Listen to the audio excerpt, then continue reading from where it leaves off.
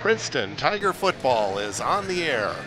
Tonight from Bryant Field on the campus of Princeton High School, it's the Princeton Tigers hosting the Hall Red Devils. It's a warm mid-September evening as these two Bureau County rivals play in this much-anticipated game. We want to thank our sponsors of Tiger football on Tiger Central Live, and they include Beck's, Central Bank, Princeton Ready Crete, Micklig Energy, and Midland Bank. Also a big thanks to the Princeton Public Schools Foundation. Thanks so much for tuning in. I'm Norm Vandermoon, joined by Princeton basketball coach Jason Smith and PHS social studies teacher Brody Anderson. Steve Morton, Princeton's technology advisor, is our producer-director. Steve Gray, an outstanding cameraman, is on hand, along with our student helpers, Cail Piper and Austin Gordon, as our crew is all set to capture these high school football headlines as they are being made. We're about 26 minutes away from the start of the game, and before we get into football, Brody, I know you've got a lot of other sports to report on. Well, thank you, Norm. Hey, thanks for having me on the air. I'll tell you, it is a hot and balmy day up in the press box. Man, it's warm. But let me tell you something else that's warm. How hot the girls volleyball team was last night with their big wins over Mendota. So, in girls volleyball action last night, Princeton won 2-0 at all levels. So Princeton Varsity won 25-10 and 25-22 over Mendota. Their sophomores won both games 25-15 and 25-21, as well as the freshmen winning 25-11 and 25-17. In rival action, we have the Bureau Valley Storm went 2-1 also, beating their rival, the Kewanee Boilermakers. They won at the varsity level 25-12 and 26-28, and then 25-17. The sophomore level, Kewanee ended up squeezing out a victory 25-17 and in a shootout, a 35-33. Inking out a victory over the Storm. Additionally, the freshmen, Bureau Valley won 2-1 over the Kewanee Boilermakers in a 25-21 game, a 21-25 game, and then finally winning in a 25-27 game. In other action around the conference for volleyball, we have Newman won both games over Hall last night for volleyball. Riverdale won 2-1 over Orion. We had Moline won 2-0 against Allman. For Ridgewood, won 2-1 over Stark County. For Canelan, they beat Ottawa 2-0. Sherrard beat Erie Prophetstown 2-1. Marquette beat Roanoke Benson 2-0. And Henry beat Low Point Washburn 2-0. In other games around the area for volleyball, we had Putnam County won 2-0 over Galva. Fieldcrest won 2-0 over Hayworth, and Indian Creek won 2-0 over the Lamoille Lions. All right, Brody, appreciate that. And if you wouldn't mind, of course, we played last week, but what about other Week 2 scores? So for Week 2 scores, we had our game here that was live on Tiger Central. And hey, let me tell you, Norm, we had over 1,500 views last week. That's amazing. That shows loyalty and dedication for Tiger Nation. In other games, Hall won 34-24 over Monmouth Roseville. Bureau Valley won 20-14 over Sherrard. Mendota beat Riverdale in a forfeit. St. Bede beat Erie Prophetstown 41-20. Rock Ridge beat Sterling Newman 33-8. Kewanee beat Morrison 16-14. And then in a whopping barn burner of a match, the Amboy Lamoille Co-op beat River Ridge 68-12. There was a nice article in the Sauk Valley Times about that I read earlier this week. And another barn burner, we had the Anawan Weathersfield Co-op beating Hamilton Westcock 60-6.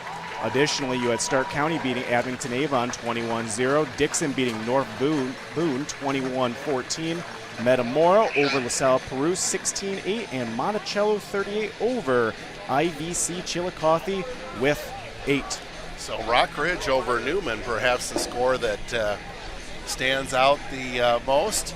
And Brody, did a great job with that. Now if you can just give us the Week 3 games, and then we'll bring Schmitty in. Oh, of course. So in our Week 3 games, we have the 1-1 Hall Red Devils right here at Bryant Field against the Princeton Tigers, 2-0. We have Mendota at Bureau Valley. Both teams are 1-1. Kewanee at St. Bede. Sherrard at Erie Prophetstown, which is a Saturday game tomorrow at 1 p.m. And that'll be at Prophetstown. And that'll be at Prophetstown, right. Morrison at Monmouth Roseville. Sterling Newman at Orion.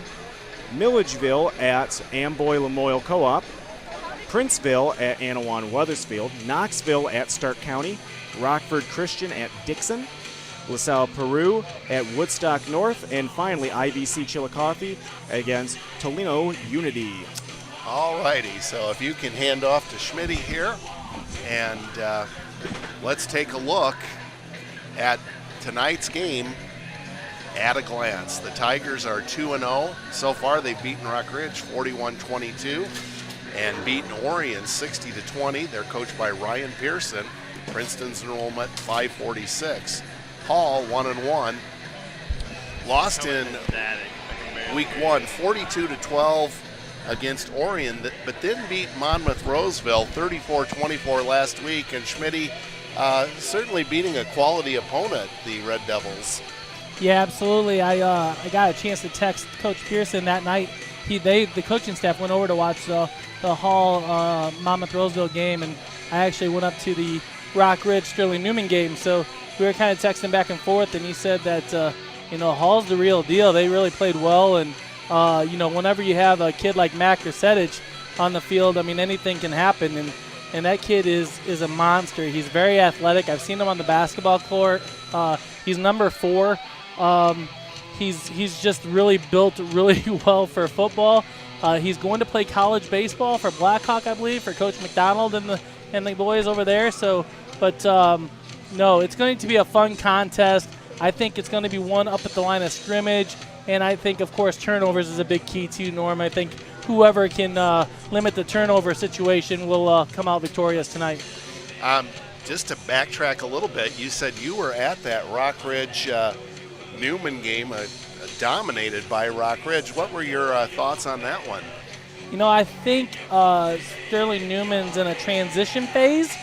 Rock Ridge probably could have scored more in that first half, but couldn't capitalize on turnovers and couldn't capitalize on field position and stuff like that. I think the score would have been way more lopsided than what it was, but Newman's got a good defense. They got good skills at the defensive back position. I think they're a smaller Newman team than we've ever seen before, but with that said, they are still Sterling Newman. So, but again, new coaching regime, kind of mixing new waves with the old waves. They got the wishbone in the backfield still, but they still mix it up with an RPO option from the shotgun too. So they're in a little bit of transition phase. I'm sure they'll work it out by the time we play them, and we'll see what happens.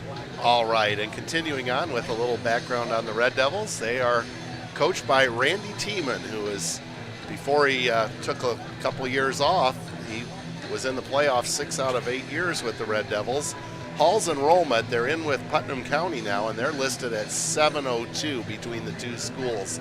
The last time these two teams played, Princeton won 56-13. Hall leads the all-time series 55-35-1. And ironically, Schmitty, we talked about it with Orion. Through the years, there really haven't been that many close games. It seems like one side will be up and the other one's down, but yeah, especially the last 3 or 4 years, especially we've seen the Tigers just dominating a lot of teams these past three or 4 years, and with the loaded team that the Tigers have, you're not going to see very many close games until you get down the stretch, because rarely do you see 2 or 3 stellar opponents during the season to rein in a close game like that. So, that's why you see lopsided scores, and it all comes full circle. Like you see, Hall with some good teams as well, Rock Ridge with some good teams, Orion with some good teams. So it all comes full circle at the end of the day. But right now, the Tigers are on a big wave on the way up, that's for sure. And you were talking about Mac Rusetich. He scored 5 touchdowns this season. He scored 3 touchdowns in last week's Red Devil win over Monmouth-Roseville. He rushed 21 times for 215 yards. He's also a dangerous kick returner. Returned 1 for a touchdown. And for the Tigers, Tegan Davis last week threw for 2 touchdown passes and rushed for another touchdown while gaining 119 yards on the ground. Tiger running back C.J. Hickey ran for 125 yards and 2 touchdowns, and Augie Christensen scored 2 touchdowns in the game, 1 by passing and 1 by rushing. Brody went over the game, Schmitty, of around the area, but I'm going to give you this list, and if you would like to just interject any extra commentary. Of course, we've kind of talked about Hall and Princeton, but please feel free. Yeah, so I think the big game you circle here is probably 2 games, right? I think, Mendota, Bureau Valley, they're both 1-1. It kind of gives you a lift on who's going to be on the upper echelon of the conference there. So that's a big game at BV. Kewanee and St. Bede's another intriguing game because Kewanee came up with the win last week against Morrison, lost week 1 to Monmouth-Roseville. So kind of unsure what Kewanee really has until you actually see them. But St. Bede's been on a house of terror lately, I should say. Beating their opponents twice, but both up by big on their opponents. I think the first win was Sherrard maybe, and I think their second win was the Erie Prophetstown. So that was a good win for them. Other than that, I don't see any other games. The Newman at Orion game intrigues me just because they're both 1-1. I'd like to see how they bounce back from Rock Ridge the week before. Other than that, Norm, I think it's, there's a good one right there. Knoxville 2-0 against Stark County at 2-0. So that might be a good contest as well. But outside of that, I think this is the game to be at, honestly. Oh, absolutely. And Stark County, after so many successful years, they've been down for a while, but you're exactly right. This will be a pivotal game for them against an undefeated opponent in Knoxville. Schmitty, if you wouldn't mind, just kind of run us through the rest of the schedule. Again, we want to remind you we have the home games on Tiger Central Live, but you can catch every game on WAJK 99.3 FM. If you can't remember 99.3, I always tell people just remember 100 and kind of scroll one way or the other. So week 4 next week, the Tigers are at Mendota. Then week 5, they host Kewanee. Week 6 at Newman.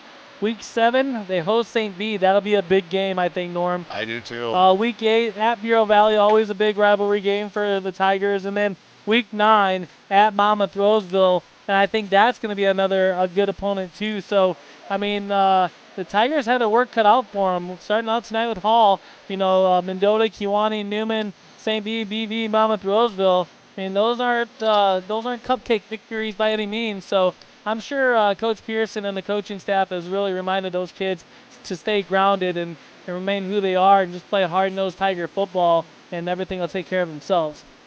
We were talking earlier about Mac Rusetich. You mentioned his prowess on the basketball court. In baseball, he can be on first base. You can know he's going to steal. You can throw over to first 3 or 4 times, and he'll still steal the bag. And even though the Tigers are going to be focused on him, don't be surprised if he still doesn't eclipse 100 yards tonight. He is that good. And you were mentioning about Kewanee. I don't know if you have seen any of their video, Kewanee High School Sports, but they have an AstroTurf field. Yeah, new turf field. I heard it's pretty nice. I talked to a gentleman that was on it.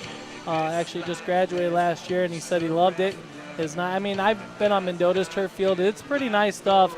It really benefits the kids that are really fast and shifty, I believe, because they can really move and cut, don't have to worry about slipping on the grass or anything like that. So the turf field really comes into play. Norm, I want to add one other thing. Absolutely. I think tonight, and you watch out for these matchups, but tonight you're going to see 2 of the best area football players on the field at the same time with Tegan Davis and Mac Rusetich. There's no doubt about it. I think nobody likes to talk matchups like 1 versus 1, like back in the day when, the Lakers played the Bulls and the in the finals when Jordan versus Magic, but that's what they wanted to talk about. I said, you can't hide from it. I mean, that's what it is. You see number 4, Matt Grossetich, and you see number 2, Tegan Davis, and you're like, wow, these two kids are the most athletic kids on the football field, and I think you're going to see that tonight, and it should be a fun one to watch, either at home or on Tiger Central Live, that's for sure. I remember the late Randy Swinford. Did you ever know Randy?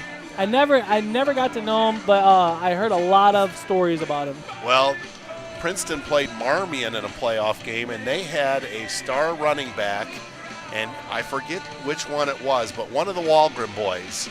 And Randy told him, wherever that running back goes, you go.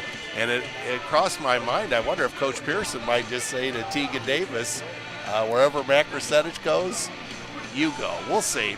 Yeah, I mean, I definitely think you got to have a spy on each one of those guys, and I think that's the game plan going into it. But those game plans are harder to execute than what people think.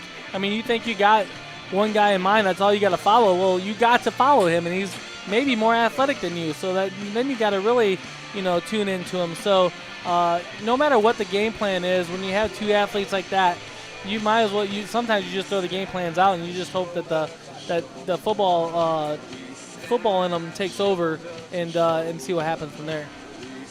Coming up at halftime, Brody Anderson will be interviewing Issa Ibarra. Issa, last year in basketball, suffered an Achilles tendon injury and had surgery, and she is back up and going. A brilliant young lady, and we want to thank our good friend and colleague Tiffany Gonigam for searching that interview out for us and getting Issa lined up to come on. So that'll be coming up at halftime. Right now, we're going to turn it over to the band and bring you the pregame festivities.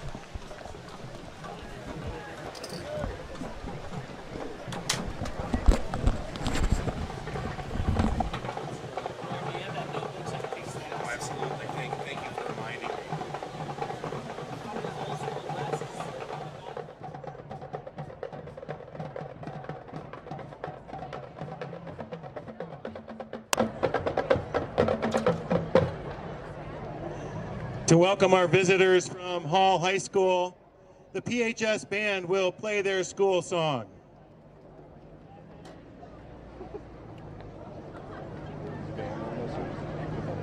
From what I hear, probably the band.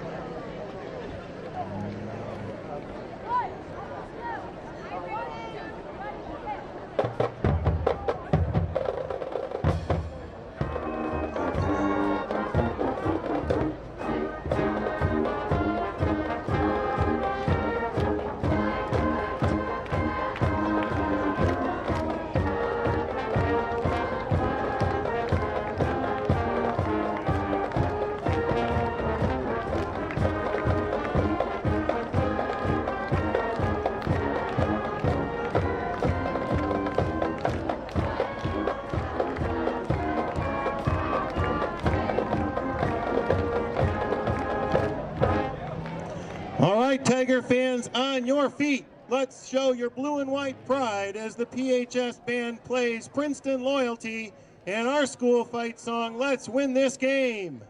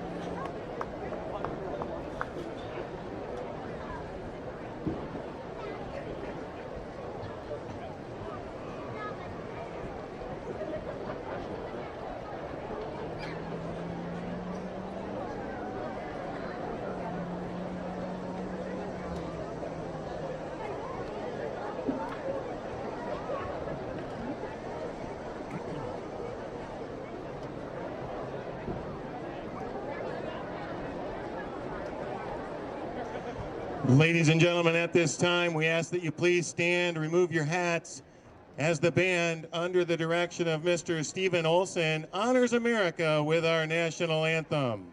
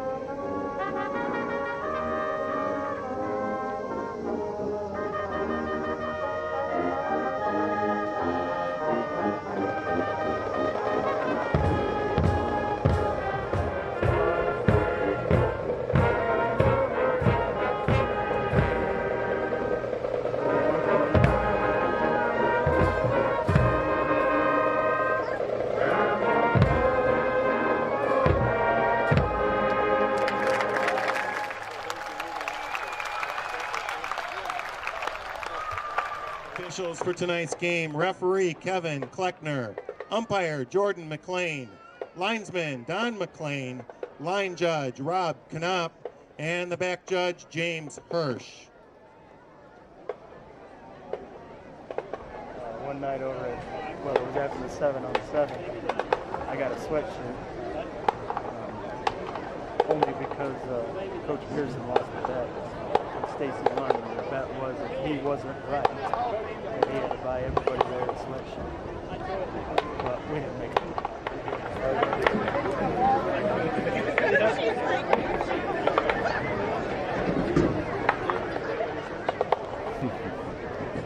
I haven't worn it yet.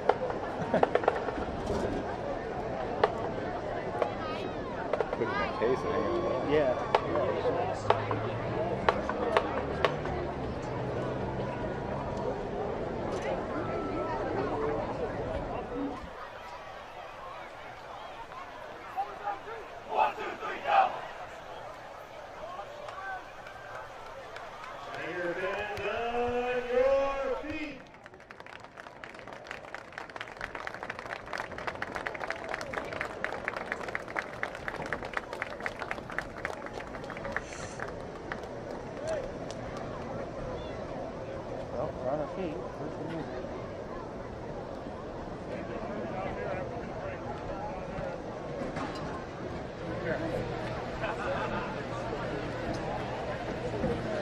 The Princeton High School Academic and Career Hall of Fame was established in February 2017 to recognize distinguished alumni who have demonstrated outstanding achievement in areas such as citizenship, leadership, academic endeavors, and career achievement.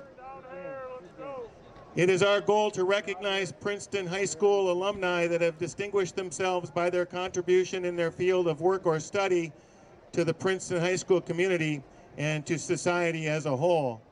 By honoring these positive role models, we hope to provide inspiration to our current students on the understanding the value of education and citizenship and the possibilities to which it may lead. Tonight we recognize Dr. Richard Halberg, who graduated from Princeton High School in 1983. After high school, he received his Bachelor of Science degree with majors in biology and chemistry with a minor in mathematics from the University of Iowa. Dr. Halberg also graduated with a PhD from Michigan State University in biochemistry. Rich is currently a professor in the Department of Medicine and Oncology at the University of Wisconsin with appointments in the Carbone Cancer Center, Institute of Clinical and Translational Research, and the William S. Middleton Veterans Hospital. In the fall of 2021, he was appointed as Senior Director of Biomedical Research Facilities, overseeing 34 cores in the School of Medicine and Public Health. Dr. Halberg proved a long-standing theory in cancer biology was wrong. Scientists believe for over 100 years that each cancer is derived from a single rogue cell. Rich and his research team demonstrated that a cancer can be derived from multiple rogue cells, and that is why cancer can be so difficult to treat. Dr. Halberg's research has been described in over 70 publications in leading scientific journals and supported by grants from the American Cancer Society, American Association of Cancer Research, Department of Defense, National Cancer Institute, and NASA. Ladies and gentlemen, please join us in honoring Dr. Richard Halberg from the Princeton High School class of 1993.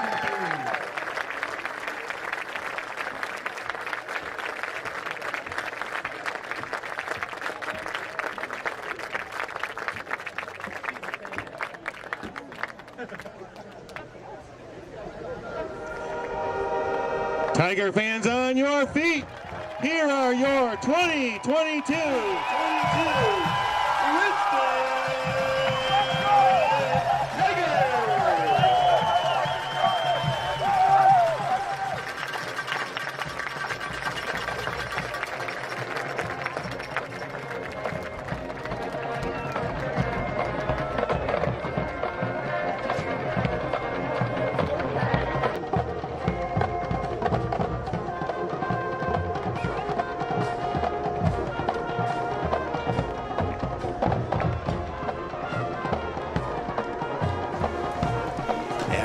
Getting set for the kickoff between the Princeton Tigers and the Hall Red Devils. And just to recap what we saw a moment ago, Dr. Richard Halberg honored into the Princeton Hall of Fame, and quite an impressive resume read off, Schmitty, by PA announcer Mike Varana. Yeah, I'm going to let Brody talk in a little bit about Mr. Halberg, how he, Dr. Halberg, I should say, in some of the speech he gave today. Thank you, Schmitty. Yeah, we had this nice academic Hall of Fame ceremony today, this afternoon at the high school. And Dr. Halberg, listening to him, he's a really fascinating person. So his big discovery was he learned that cancer cells, when they multiply, traditional science had said that they duplicate one by one, and then those two turn to 4, those 4 turn to 8, so forth and so on. But Halberg's research showed that you could have clumps of cancer that duplicate altogether, so you can get 10, 20, 40 all at once. Therefore, that helps explain why cancer spreads so much. It's pretty cool. A Princeton grad discovered that huge discovery, which has revolutionized this field of medicine. Sure does. Thank you very much, Brody, for that recap. And Carlos Benavidez is ready to kick off towards Central Street. You can see the Hall Red Devils adorned in the Red pants, white jerseys with red numbers, red helmets, the Tigers. Blue jerseys, blue pants, the Tiger helmets. As the kick is short, and who's going to get it? Tigers got it. That's the way to start off the football contest right there, Norm. Boy, he who hesitates is lost, huh, Schmitty? Do we know who came up with that? I have no idea, but maybe the Kick was recovered by the no Tigers instant at replay. Too 3-8 fast, yeah, Princeton Steve fans. says. All right. It's all right, Steve. That's okay. Ball's on the 38. At any rate, it is Princeton ball, 1st and 10, as Tegan Davis comes out at quarterback.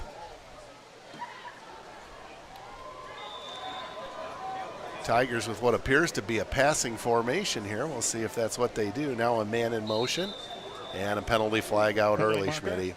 Yeah, it's just anticipation early on by the line and the backs. They're kind of leaning a little forward, a little antsy. It's a timing play. You have a jet sweep. Sometimes they hand it off to jet sweep. Sometimes they fake it and throw it. Sometimes they hand it off to the guy in the backfield, which is Augie right now. But nonetheless, they back up 5. First penalty of the game for the Tigers. 1st and 15 for Princeton at the Red Devil 43, just underway, no score. And guess what? Same thing. Again against the Tigers. So it'll be 1st and 20, and this is not going the right way for the Tigers.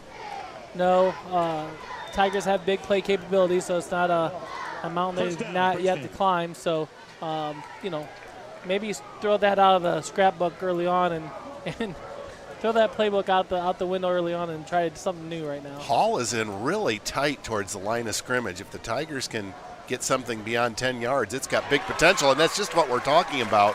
Noah a completed Laporte. Pass to Noah Laporte. That's going to be close to a first down. Yeah, that's a great route by Noah. It was a kind of a slant corner route that Tegan hit him right on the numbers for a 2nd down and 1, a gain of 19. So we'll see who gets the call here. Up the middle it goes, and big yardage. That is C.J. Hickey netting the first down on that one. Just a toss back to CJ, and he did the rest. And that line had a nice hole opened up for them, for CJ there. So a gain of about 18 on the play. 13 this way. 1st and 10 at the 15. Now it's Augie Christensen. Augie gets to the outside, going for the pylon. Is he in? We wait for a signal, and apparently just short. The Tiger ball carrier. Yeah, it looked like Matt Crescentis was there just to knock him out right at the 1 yard line, Norm, where the Tigers will be set up 1st and goal at the 1. Tigers beneficiaries of an early kick that kind of landed in the Bermuda Triangle, able to come up with the ball, and now navigating a short field. 1st and goal at the 1. I formation backfield, and right up the middle goes Tegan Davis for the 1 yard touchdown run with 11:15 to go in the first period. Well, you couldn't ask for a better way to start a game, Norm. You get the squib kick, onside kick. Not the way you really wanted to start the offensive set, having 2 penalties right away, but get a nice pass to Noah Laporte, just give him some field position back, and C.J. Hickey with the nice long run. Augie followed that up, and then Tegan with the touchdown run. And Carlos Benavidez right on the money with the kick. And Princeton goes up 7-0. Brody's going to be keeping us up to date on the out-of-town scoreboard. We mentioned, Schmitty, one of the games that's really intriguing is Bureau Valley and Mendota. Mendota in their game against Erie Provincetown, they gave up almost 500 yards in rushing, and Bureau Valley's got a pretty good running attack, so we'll see how that all plays out.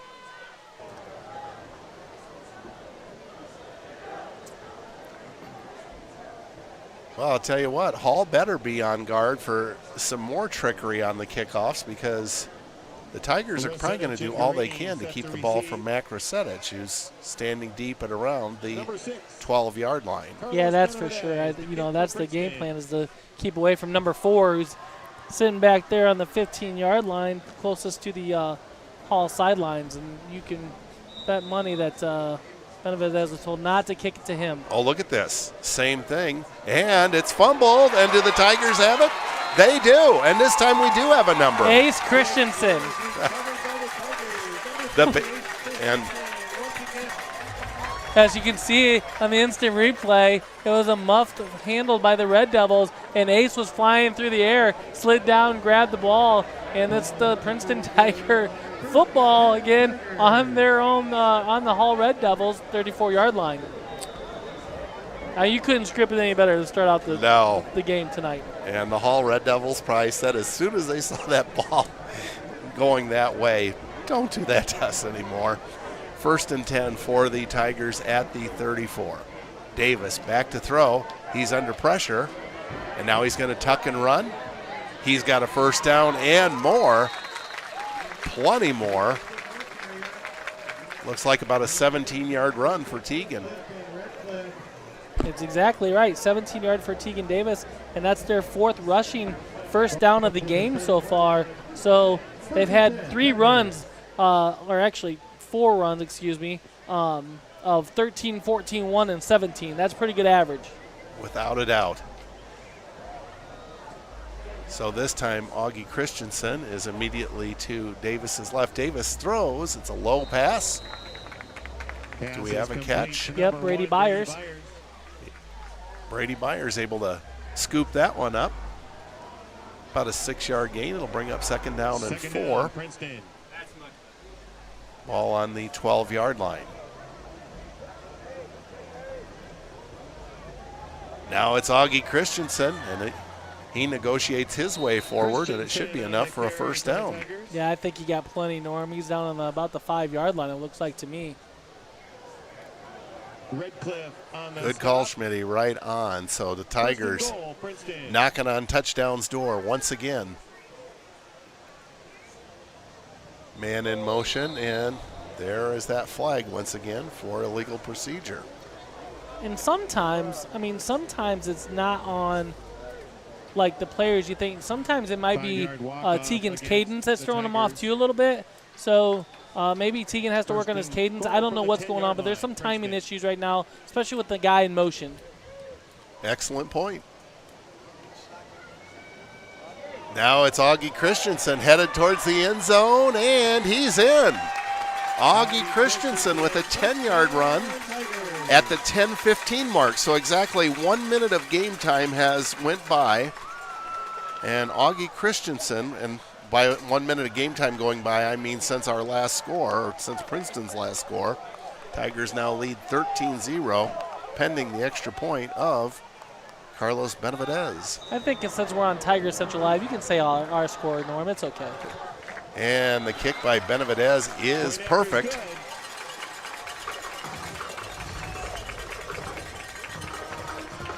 And it is 14-0. That being said, though, Schmitty, I do want to say that wherever you're watching, whether it be in Hall Red Devil country, Princeton Tiger country, or Bureau Valley country, wherever you may be across our great land, we do appreciate you tuning in. Got an update score here from Mr. Brody himself. Rockford Christian 0. Dixon's on the board with 7. All right.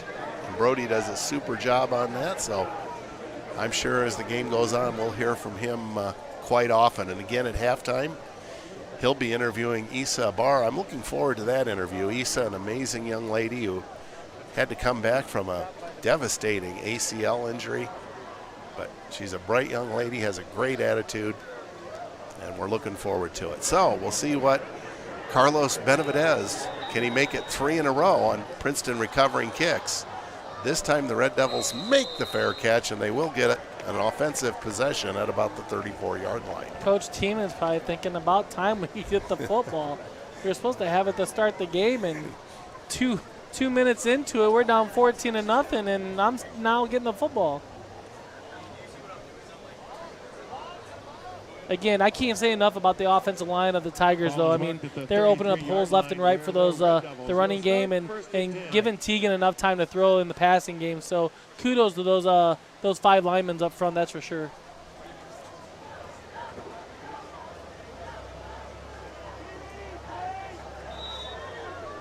So the Red Devils begin with 3 wide receivers, 2 to the near side, 1 to the far side.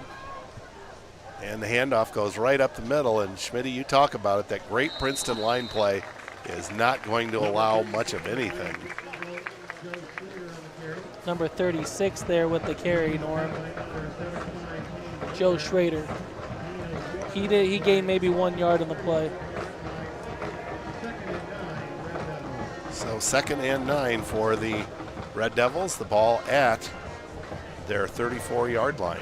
Yeah, you got Payne Miller, Kate Odell, Bennett Williams, just to name a few of the defensive linemen up front. They just do a stellar job. Makes those linebackers' jobs a lot easier. Now Rasetich on the carry, and he has no chance whatsoever. Augie Christensen, among others, in on the stop. Yeah, Kate Odell actually did a nice job of forcing Mac Rasetich to go outside to where he didn't want to go, and Augie did a nice job of flowing to the ball and making that shoestring tackle. So an excellent tackle by Augie. He'll get the credit for it, but it was really Kate Odell that set that whole play up. Good point. So 3rd down and 11 at the 32. We'll see if the Red Devils go to the air. So far, they have not.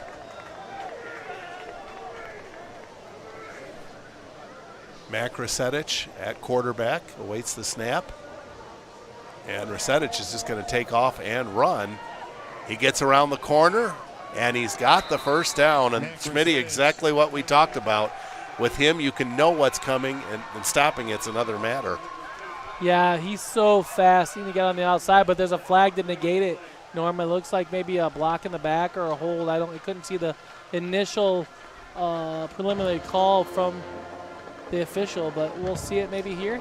And obviously the Red It's Devils, a hold. Yeah, they're backing up. So that's their first penalty. That's a big one. Negates a first down. So Tigers got to learn from that play right there, and it's kind of a trickery play as Rasetich faked the ball and kept it to himself. But I do have a score, Norm. DMAC 0, Ottawa Marquette 7 for you people at home. And also we got guys like Randy Allen, who's a former alumni, just listening to us while they're harvesting. And we appreciate you listening and watching us, Randy. So you be safe out there. Absolutely. So what will the Red Devils dial up on 3rd and 18? Not a play that's going to go very far, that's for sure. It'll bring up a punting situation for Hall.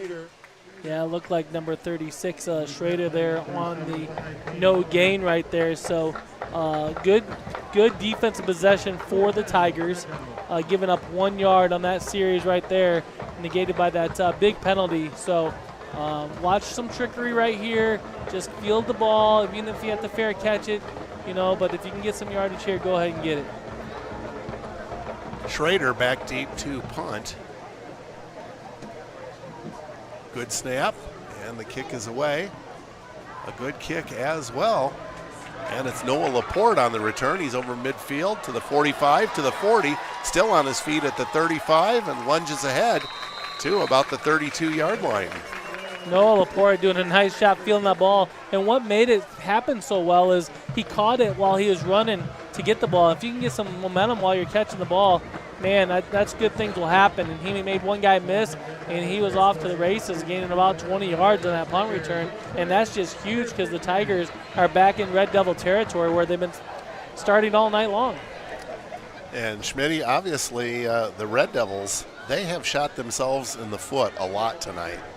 Yeah, absolutely. And when you play against an opponent like Princeton, you cannot do that. And the Tigers are making them pay, and that's what good teams do. Now Davis on the keeper. He's got big yardage. Teagan still on his feet. Teagan to the 15 and is tackled at around the 13-yard line by Mac Rasetich. We got some laundry on the field. And it's not the laundry you want. No. Holding against the Tigers coming up. I was going to say that long run by Teagan was sprung by number 4, Andrew Peacock, who made a heck of a block to get Teagan free on the outside. And but that's for naught, as the ball is going to come all the way back to about the line of scrimmage. So Teagan will get credited for about a 2-yard gain. And Schmitty, if you don't mind, for some that are maybe new to football, kind of explain how that works out. that it So holding call is wherever the flag is put. So the flag goes way down the line of scrimmage. They'll count 10 yards back from wherever that flag is. Thank you for that. First down and 8 for the Tigers. And the handoff goes right up the middle to C.J. Hickey. It's going to be a nice gain for C.J. Hickey, probably about, give him 4 or 5. Second down and 3 coming up. Yeah, we'll give C.J. 5 in that play. But nice job again by the offensive line. 6:50 to go, first period. Tigers already up 14-0. Davis back to throw, has plenty of time. Fires, he's got a man open. And just out of the reach of Brady Byers. Yeah, Brady was wide open. I think Teagan's going to want to have that ball back, but he can't. He did have Laporte open too, but went for the home run ball as well as he should, as Byers was running a corner route to the end zone. But what I liked about that throw with Teagan is he put it where either Brady's going to catch it or nobody's going to catch it. And when you're doing that, you're doing some good things and putting the ball where you want it. Third down and 3. Obviously the Tigers in 4-down territory. But C.J. Hickey's saying, you know what, don't worry about that. I've got the first down and more. Yeah, Hickey, if you watch the instant replay, watch Kate Odell shove Hickey in the backing. Make sure he gets some of that forward momentum right there. That was a good find by Steve Morton right there. Nice job, Steve. And he does such a great job on our broadcast. That is for sure. First and 10 at the 16. Up the middle to Augie Christensen. Now he cuts it to the outside, and an excellent tackle by the Hall Red Devils, Joseph Bassador. Yeah, that was a great tackle by him. But I think if you ask Augie if he would, what he would do differently, and he'd say, "I need to cut that back up and off the tackle," because he could have gained about 3 or 4 yards. Try to go with the home run play outside, which that's okay too. It just didn't work out this time. Second down and 10 at the Red Devil 16. Tigers looking to go up 21-0 early. Augie Christensen this time does just what Schmitty said. Didn't go all the way to the outside. Went to about left tackle, straight ahead. And Christensen with his second touchdown of the night. Yeah, that one's a 16-yarder, Norm. And I'm telling you, I'm just impressed with our line play the last 2 weeks. It's been since the first half of Rock Ridge, beginning of the second half of Rock Ridge game, this offensive line has been executing like crazy, and it's a fun thing to see. It truly is. So Carlos Benavidez on again, and once again puts it right through. And the Tigers are up 21-0. I got some scores here, Norm, after I get done writing this down. My chicken scratch, I should say. So here's some scores for you. So Dixon's up over Rockford Christian 14-0 now. Winnebago is up over Rock Falls 6-0. Milledgeville, Amboy is up 6-0 over the Missiles. Isn't that the Missiles? That's correct, yeah. There's a missile rocket in front of the school, as a matter of fact. And an early score in the St. Bede game. St. Bede up 6, Kewanee nothing.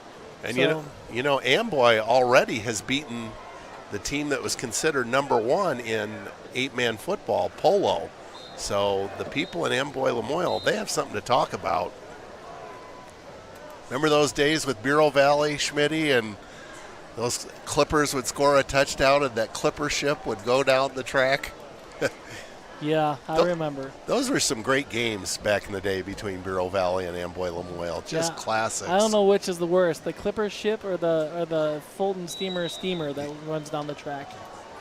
All right, this time Benavidez does kick it deep, and it reaches the end zone. It'll be a touchback. So Norm, so far the Princeton Tigers just dominating all facets of the game. They have, 8 rushing first downs, primarily just on the run. I mean, they haven't had they've had great field position all night, so you're not going to see a lot of big numbers, but they have executed, I believe, almost flawlessly outside of the 3 penalties. They've got 3 false start penalties. I think if there's something you can pick them apart because you want to pick some apart, I think that would be the one thing you pick apart. But other than that, they've been executing near perfect. All right, so the Red Devils with their second offensive possession of the game, down 21-0, and Resetich is just going to bolt ahead into that line for limited yardage on first down. Yeah, we'll give him a gain of 2 right there. I mean, I think that's your best bet if you're the Red Devils and Coach Keeman. I mean, you got to get it to your best player's hands. That's number 4, and make him see what he can do. And if you're the Tigers, that's where you want Resettis to run, is in the middle. You want to contain him from running to the outside. So when you see number 4 running up between the tackles, I mean, if you're Coach Pearson and the coaching staff, you're happy with that. 2nd down and 8 for the Red Devils. This time a nice gain, as on the carry that time was Joseph Bassador, and he appears to have a first down. Brought down by number 2, Tegan I believe he does, and that'll be the Red Devils' first down of the game. And something with some significant yardage, and again, that's outside. And all that is outside containment by the outside backer or the defensive end, one or the other. I know that the Tigers like to play a 3-4 defense, so that should probably be the outside linebacker's responsibility to make sure he contains them from going to the outside. 1st and 10 for the Red Devils at their 31-yard line. 4 wide receivers, 2 to each side, and Resetich up the middle. Look out. He's got a first down and more, and for a moment there, I thought he might take it to the house. He's that quick. Do you see how explosive he is right there? I mean, he just made one shifty move right there, and he's off for 14 yards. And if it wasn't for Tegan to make that shoestring tackle, he would have got a touchdown there. So that's what the Tigers have got to do a good job of, is making sure that the defensive line holds 1 to 2 players and holds that line of scrimmage so the linebackers can be free and fill the gaps. Well, we mentioned he's going to college to play baseball, but I imagine there's a few football coaches that wouldn't mind having him playing on Saturday afternoon. He is quite an athlete. 1st and 10, Red Devils at their 45. This running play is stuffed by the Tigers. Bennett Williams and number 52, I believe that's Ian Morris there on the stop. Loss of 2 on the play. Poor number 36, Joe Schrader's like, come on, guys, somebody block for me. Just got a social media hit on social media saying Marcy's watching from Pittsburgh. So we appreciate Marcy watching from Pittsburgh, and hello, Marcy. Absolutely, the Steel City. So 2nd down and 12 from the 43 of the Red Devils. This time Resetich calls his own number and barely gets beyond the line of scrimmage. Do you see how Augie Christensen broke down? He broke down in the stance, in a defensive stance. And what I mean by that is he bent his knees, kept his eyes up, so he couldn't allow Resetich to be shifty and cut on him, and he just grabbed his ankles. That was a great job to break down in a form tackle by Augie Christensen. You couldn't ask for a better play right there when you're one-on-one with Mac Resetich. And you know, of course, that Augie has that great wrestling background too, so he knows the fundamentals of a takedown. 3rd down and 11 for the Red Devils. Resetich looks to throw over the middle, and it is nearly intercepted. Tegan Davis got a hand on it, but it falls incomplete. Yeah, Tegan read that the whole way. He read screen the whole entire time, and Mac threw it, and Tegan just didn't come up with it. He was, I'm telling you, a half a second late to get into that ball, or it was going to be a pick 6, because he had all the momentum going there. That's just football instinct that you can't teach, and Tegan has it, and a lot of these Tigers have it, and that's what makes this group so special. So Hunter Meager is going to drop back into deep punt formation. A high snap, but Meager able to reel it in. And Noah Laporte fields it, and what Schmitty talked about, he's got forward momentum. There's a flag that's come out. So the crowd's excited, but I'm afraid this is going to come back. Yeah, I'm afraid you're right. I think it was a holding probably right there on the 40-yard line. That official threw it from a long ways, and he had some velocity on that flag. I don't think I'd want that thing to hit me, that's for sure. Coach Pearson might tell those boys, you know what? When Noah's got that ball on the return, we don't need to hold. He can make plenty of yardage on his own. A couple of updated scores, Norm. We got Newman up 7-0 early on Orion, and then St. B putting it to Kewanee right now up 14-0. That St. B ball club, they are a good one. And they are going to be coming to Bryant Field for the home finale. Yep, on week 7. Friday, October 7th. So that should be a dandy. So far, the Tigers' Achilles' heel has been the penalty. They have 5 penalties for 35 yards early in this first quarter. 1st and 10 at the Tiger 30. Tigers already up 21-0 as they keep it on the ground. And wow, great extra effort.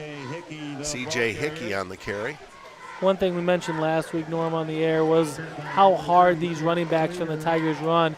And that was just a case of it right there. Is, C.J. got hit by the initial tackle, maybe around the line of scrimmage, but just kept his legs turning and gained about 5 yards in the play. This time, Davis, empty backfield, looks to throw, fires deep, and he's got a man wide open and just overshot him. Intended for Noah Laporte. I think if you go back and watch that, and Noah will be the first one to say it, Noah kind of slowed his route down a little bit. And when you slow down your route, you kind of, Teagan's expecting him to run hard, and when you slow down the route just a little bit, it throws the timing off, and that's where Teagan overthrew him just a little bit. But, that was a great route by Noah. He's just got to keep the full speed the whole time. And he's probably tired just getting off the punt return and running both ways. He took himself out of the game, too. So, you're asking a lot of a kid to play both ways and special teams, too, though. 3rd down and 4 at the 36. Now the Red Devils come across the line. The question is, were they drawn offsides? They were offsides. That's no doubt. That'll be a first down for the Tigers. This time it'll be by penalty.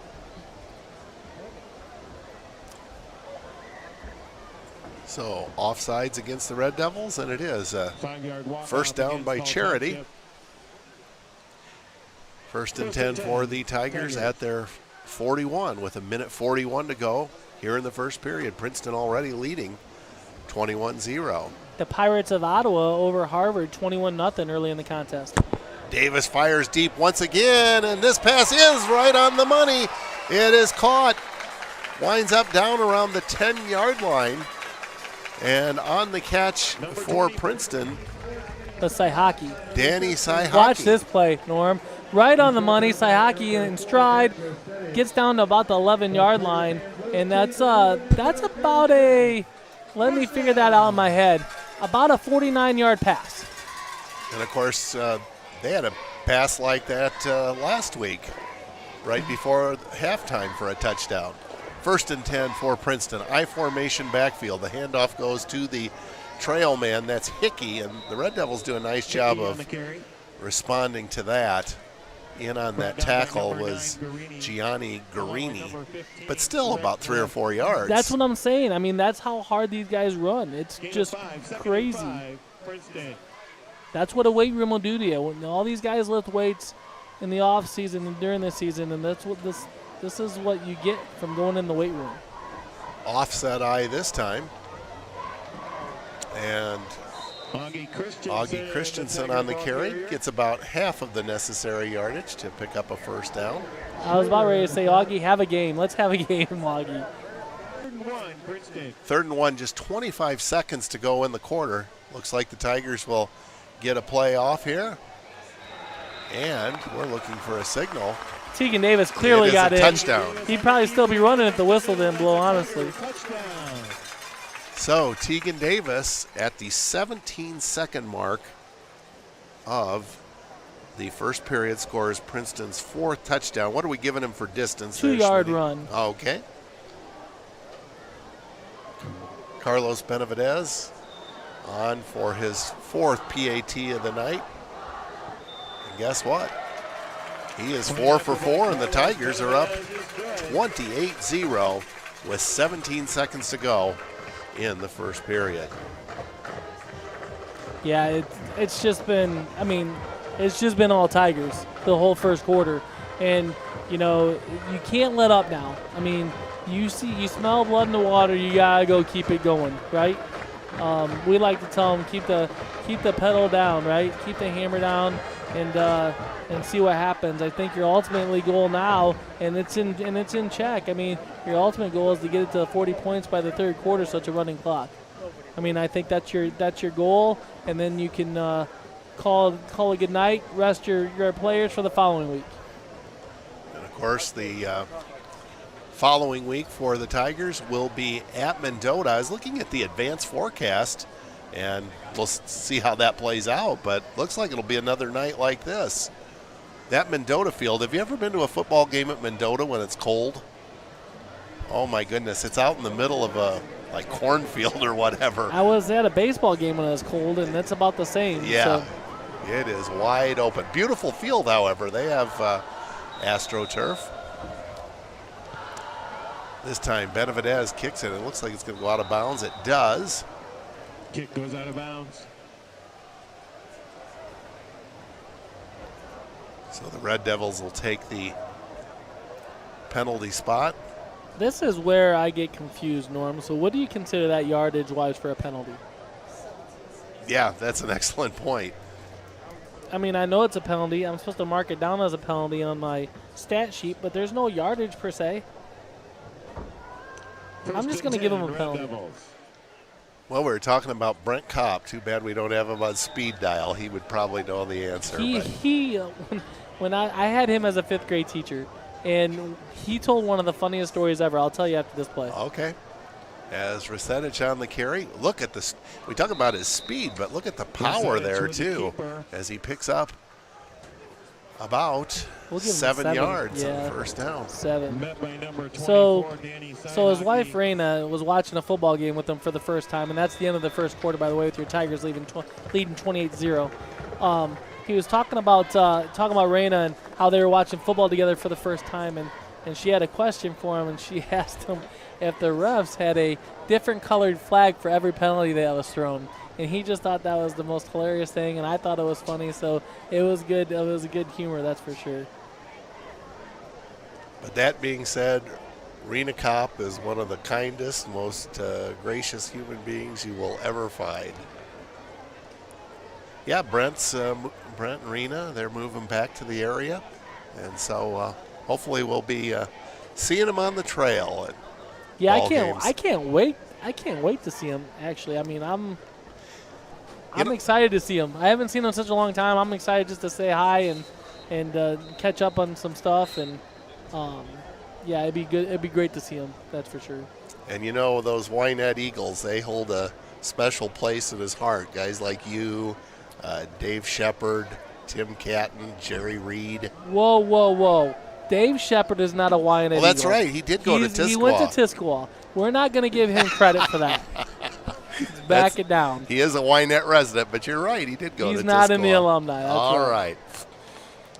A low snap and whistle sounds here as we begin the second period. Looks like a fall start on the Red Devils. Got another former alumni, Doug Saylor, watching from Tennessee, giving us a shout out, so we appreciate that. Hope everything's well, Doug.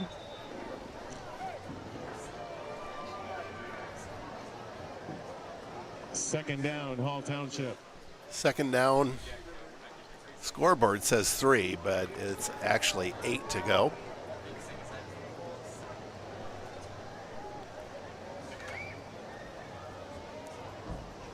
Rasetic is going to take it himself, and this time the Tigers able to stack him up for a short gain. Tackle made by number 52, Ian Morris. Ian Morris in on the stop. And when you hear guys' names like Ian Morris or Augie Christensen, and those guys, I say hockey, and when those guys are making plays at the line of scrimmage, it's because that defensive line is doing a great job. And so, you know, if I'm a lineman and I hear a linebacker's name getting called and it's at the line of scrimmage, I'm happy because I'm doing my job. All right, big third down for the Red Devils. They really just need to get a few first downs and establish the offense. Rasetic looking to throw. He's under heavy pressure. Backpedaling, throws, and it is near no one. Falls incomplete. Goes incomplete, and it will be fourth down. Why isn't that intentional grounding? I mean, he threw it nowhere. I'm just asking for a friend right now. Yeah. And one of the things that gets confusing, and I'm sure you would agree, there's a different set of rules for pro and high school and college. And the pros, it's definitely not grounding. I sometimes wish we would go to great extent to copy the pro rules. They're doing something right when people are willing to pay $300 for a ticket. Watch for the Tigers to block a punt here, maybe. Oh, Schmitty, you called it. And this punt barely has a net of about 10 yards. It's picked up and advanced almost to the line of scrimmage. That was Brady Byers that did a nice job of a heads-up play. I wish I got the number. Let's see who blocked it right here. Looked like maybe 15 Augie Christensen or 24 Cy Hockey. And then Brady Byers with a heads-up play, grabbing the ball and carrying it for another 10 yards. So a nice job by the Tigers special teams. Get another replay here. Can't really make it out, but nonetheless, it's good field position for the Tigers. And it's on the Red Devils' 37-yard line, we'll say. And kudos to our cameraman, Steve Gray, along with Cail Piper and Austin Gordon. And, of course, Steve Morton, our producer-director. He's the one that catches all these replays and puts them out. So thank you very much. 1st and 10 at the 36 for Princeton, already up 28-0. Davis back to throw. He's got plenty of time. Little screen pass, and it is complete. Advancing to around the 25-yard line. That is Evan Driscoll. So Evan getting in the swing of things here too. Ball's at the 25-yard line. 1st and 10. Driscoll exceptionally fast. 1st and 10 at the 25. Now it's C.J. Hickey up the middle. Breaks one tackle, breaks two.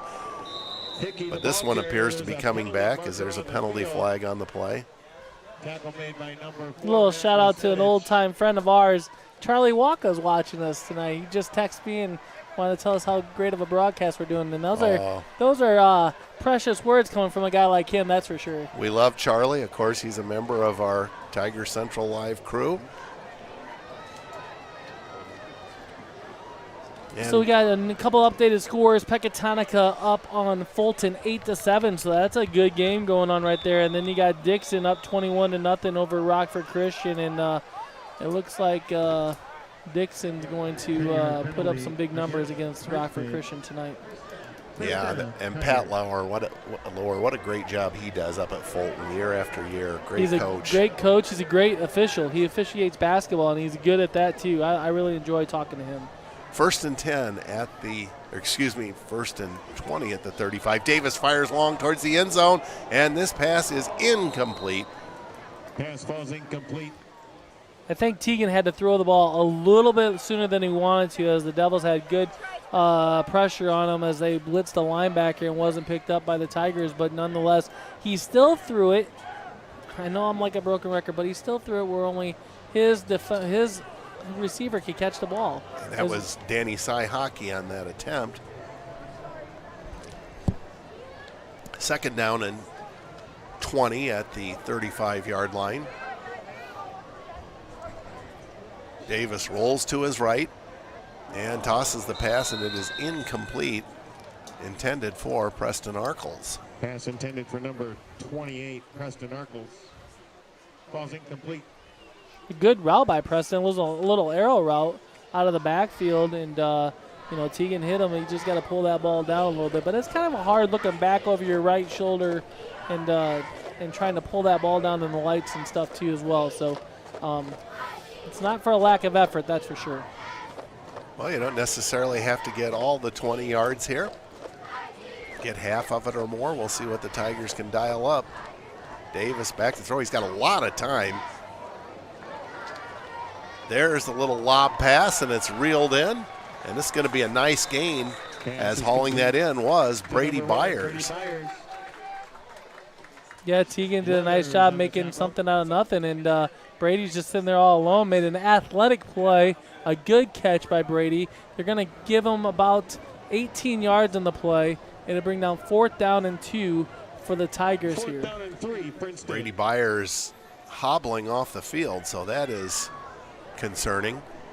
We'll see what the Tigers dial up on 4th and 3. They have the ball at the 18-yard line. Davis is going to call his own number. He's got the first down and is knocked out of bounds by Gianni Guarini, but not after Teagan picks up the first down. We'll give him 41 yards on for the night. So shout out to Tim Murphy for watching us tonight. Says we're doing a great job as well.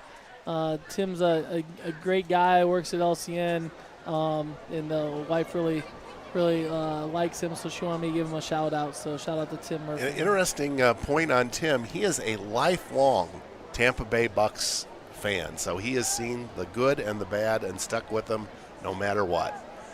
Davis back to throw, rolls to his right. Let's go, and the pass is complete on the sideline. That's Augie Christensen hauling that one in. Pass is complete to number 15, Christensen. About a 6-yard gain on that one. Teagan to Augie. Tigers already leading 28-0 with 8:55 to go here in the second period, and they're knocking on touchdown's door once again with the ball at the 7-yard line. And here comes that penalty flag. Yeah, that's been the Achilles heel so far, the Tigers, and that's another false start procedure. And that's going to be the Tigers' 8th penalty tonight. So that's a lot with, still almost 9 minutes to go in the first half. Hey, we got a legend in the house. Coach Fredericks is running up and down here like a man-child in the press box, just shaking hands and kissing babies. So I love seeing that guy whenever I can. I miss him so much. He is terrific. I agree. Now it's C.J. Hickey trying to find an opening, and he loses his footing, so this is going to wind up being relatively short yardage. Yeah, C.J. was just trying to follow his blockers, and there was the defensive line for the Red Devils did a nice job sustaining that line of scrimmage, and he couldn't find anywhere, so he tried to cut and lost his footing. So play was all for naught, I guess. Gain of 1. Third down and 8. Davis has Augie Christensen to his immediate left, and the handoff goes to Augie, knifes through, and does he get in? We're waiting for a signal. He's in. It is a touchdown, and that is his 3rd of the night, this one from 12 yards out, with 8:13 to go in the second period. Have a game, Augie. Have a game, young man. He does such a nice job of getting through that line of scrimmage so quick, and then he has some elusiveness and power to go with it. So when he actually engages with the defender, he can run over the defender as well. Now Benavidez, does it make a difference which end of the field he kicks at? Absolutely not, as he puts that one towards Crown Street, and it's right on the money, and the Tigers lead 35-0. Got some updated scores here, where you got Winnebago up over Rock Falls 21-0, Milledgeville up over Amboy 8-6, and Fulton trailing Pecatonica 14-7. Thanks, Brody Anderson, for those updates. We really appreciate that. And Milledgeville and Amboy Lamoille, that's actually a pair of 2-0 teams, and you report that Milledgeville has moved out in front in that one, huh? Yep. So we'll be watching that one closely. I don't know about you, Schmitty, I haven't been to a 8-man football game, have you? No, nope, I've only been to 11-man football, I think, Norm. You know, back in the day in Bureau County, used to be huge. Teams like Bureau Township and Mineral, Buda had its own team, Sheffield. You know, you mentioned Charlie Waka. Charlie probably be able to recall some of that. Mercer County up on United High 8-0, then that's 2:30 to go in the second quarter as well. So. All right, Tigers ready to kick off, leading 35-0. This time it's that shallow kick, and the Red Devils are up to the challenge as Jack Curran, a freshman, reels that one in. Looking at this Red Devil roster, they have a lot of underclassmen on this squad. The good news, though, however, is we mentioned they have Putnam County in for a co-op. They are getting some numbers, and you got to have that, Schmitty. Yeah, absolutely. And, you know, I think that's why Putnam County came on board there. One, they didn't have any football, so the Hall invited them in. So I think that's a good part on the Hall side to do that. Resetich is going to keep it himself, and the play slow and developing does not work to his advantage. In fact, looks like a slight loss on the play. They've kept him in check so far, Norm, as he's got about 8 carries for 24 yards, so that's 3 yards per carry. If you can do that against number 4, I think it's going to be a good night. Yeah, if you would have said that to Coach Pearson at the beginning of the night, that Resetich is going to average 3 yards a carry. Hey, Charlie just chimed in and said, you guys are too young to remember 8-man football. If you're my age, then you played 8-man football, he says. But, you know, that's what makes Charlie so special. Yeah, absolutely. He is a bibliography of sports. It's not just theory with him. He knows it. I love talking to him because you Absolutely. can pick his brain and get stories after stories. I just absolutely love talking to that man. 2nd down and 9 for the Red Devils. And the handoff goes to Joseph Bassador. Bassador not finding much running room either. Yeah, so that was a jet sweep that went nowhere. And what happens there, if your line play does a nice job of disrupting that, and that's what happened there, you know, that jet sweep doesn't go anywhere. And, you know, basically a jet sweep, all it is, folks, is the guy's in motion. They hand it off to the guy that's in motion running at full speed. It's a timing play where you have to hand it off simultaneously as he's running by you. So, but that play went for a -2. The Tigers did a nice job sniffing that out. Brings up the 3rd down and 11 situation for the Red Devils. 4 wide receivers for Hall, 2 on each side. And Resetich looks to throw. The pass is complete, but a good tackle by the Tigers. Noah Laporte on to number 8. Braden Curran is going to limit that to short yardage. It'll bring up 4th down. Made by number 11, Noah Laporte. That would be Resetich's first completion of the night. Only on 2 attempts, Norm. This one for 5 yards will give him. But the Tigers doing their job. Now they got to score one more score and hold them to nothing, hold the Devils to nothing, so they can have a running clock to start the 3rd quarter. Punting situation for the Red Devils. Good snap and a good kick. It's headed towards the sidelines and does go out of bounds. Tigers will have decent field position at about the 23-yard line. Couple of updated scores. We got Dixon up over Rockford Christian 28-0. Amboy taking the lead back over Milledgeville 12-8. St. Bede pouring it to Kewanee right now 22-0. And then Pecatonica and Fulton coming back a little bit 14-13. So that's a good contest as well. And is Fulton out in front now, or? No, they're down 14-13. Okay, thank you for that. Thanks to Dave Camp for his halftime scores, or in-game scores, I should say, along with Brody Anderson. So we really appreciate them. 1st and 10 at the 23 for the Tigers. Davis looks to throw, has a man open. It's Noah Laporte. Nice moves by Noah Laporte. That's going to bring up a 1st down out to the 40-yard line. I don't know if that was by design, Norm, but if you can, I'm trying to write this down as I'm talking right now. Sorry, folks. But Teagan moved the defense with his eyes and then threw it to Laporte. So I don't know if that's a design play for him to do that, but it's a great play. Look off the defense one way and then find your receiver right down the middle. 1st and 10 for the Tigers. Davis back to throw. He's throwing long. He's got a man open and incomplete.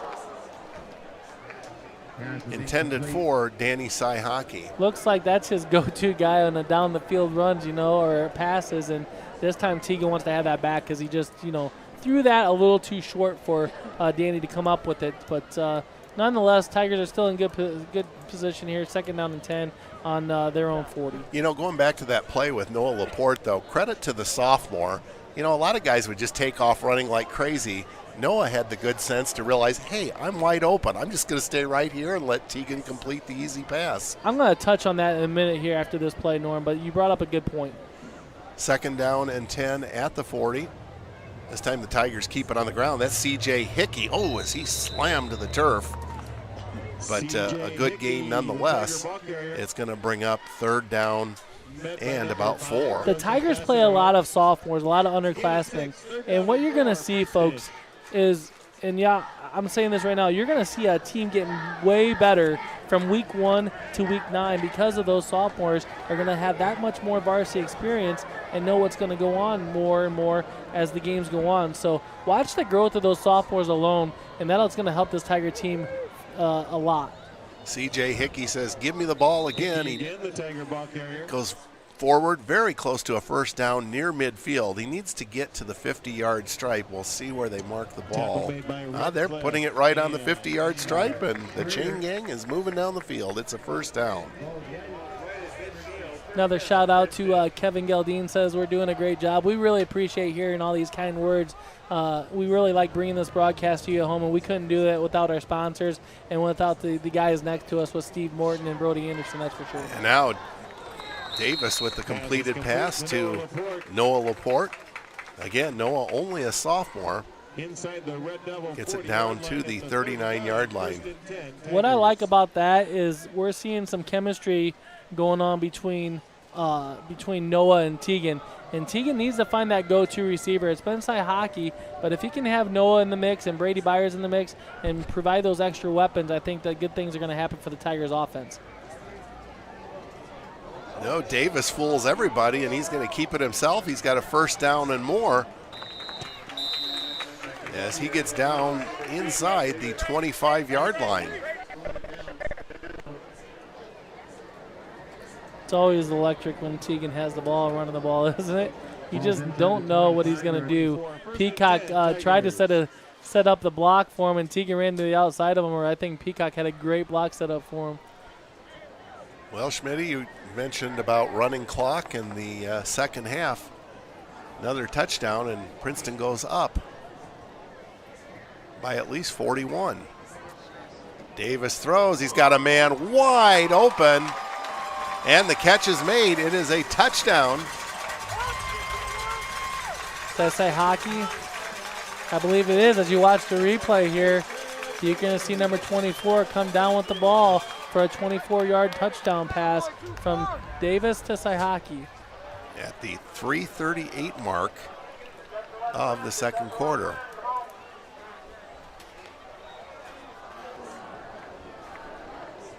Benavidez on for the PAT, and he is perfect once again.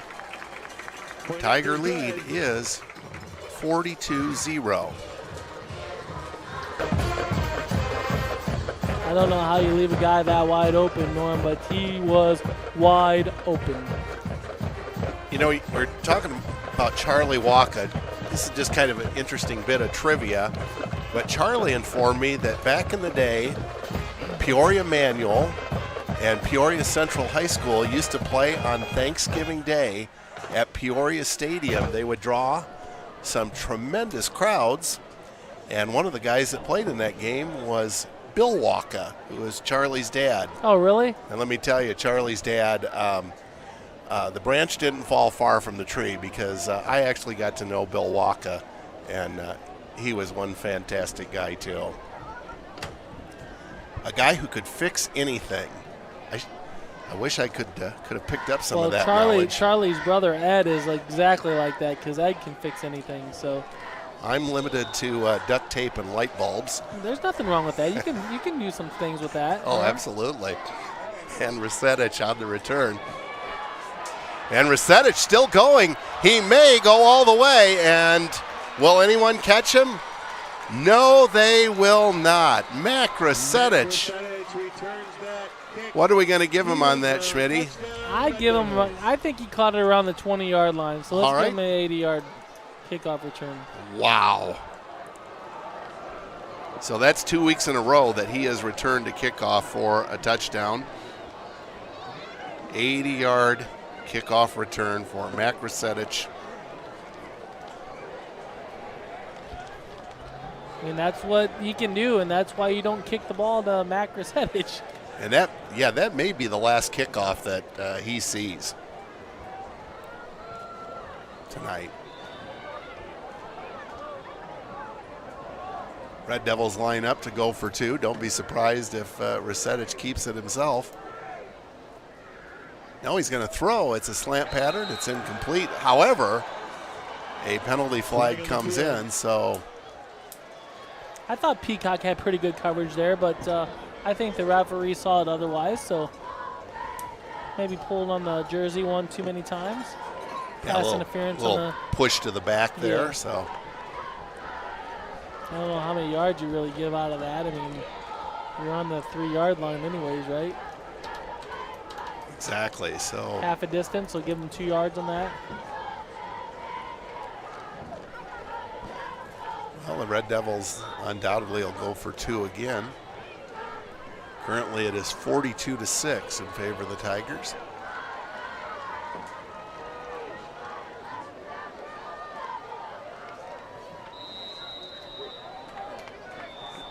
And this play is stopped for illegal procedure, so.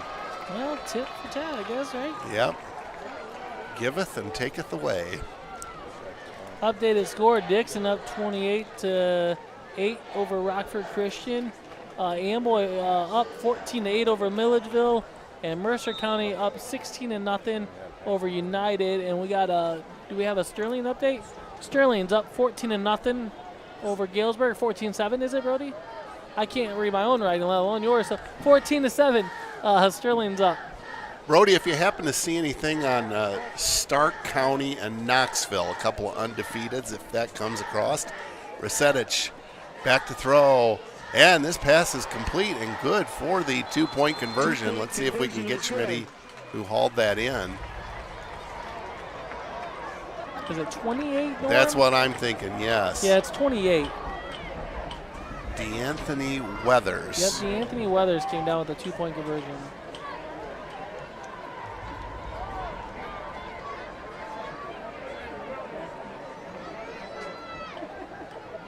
Makes the score of the Tigers 42 and the Hall Red Devils 8. Well, the Tigers will be in good shape. I mean, they get the ball back in the second half, up 42-8. I know obviously Coach Pearson wants to hang 50 right now in the first half and see what happens, but let's see if the Tigers can sustain a drive.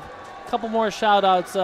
Norm, I got a gentleman here that's up in I believe Minneapolis. He's in the he works for the National Weather Service, maybe up in Minneapolis.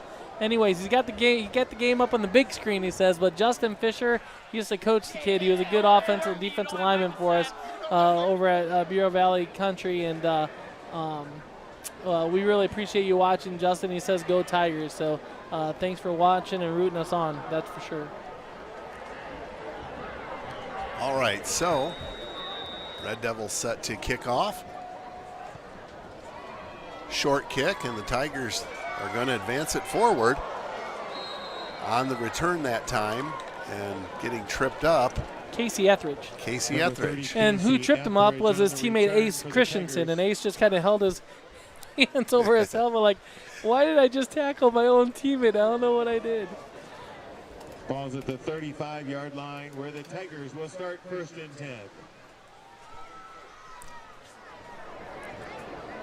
Well, we've got Homestead Festival activities in Princeton, but does not appear to have held down the crowd much. We've got a great crowd here, as you might suspect, for the Tigers and the Hall Red Devils.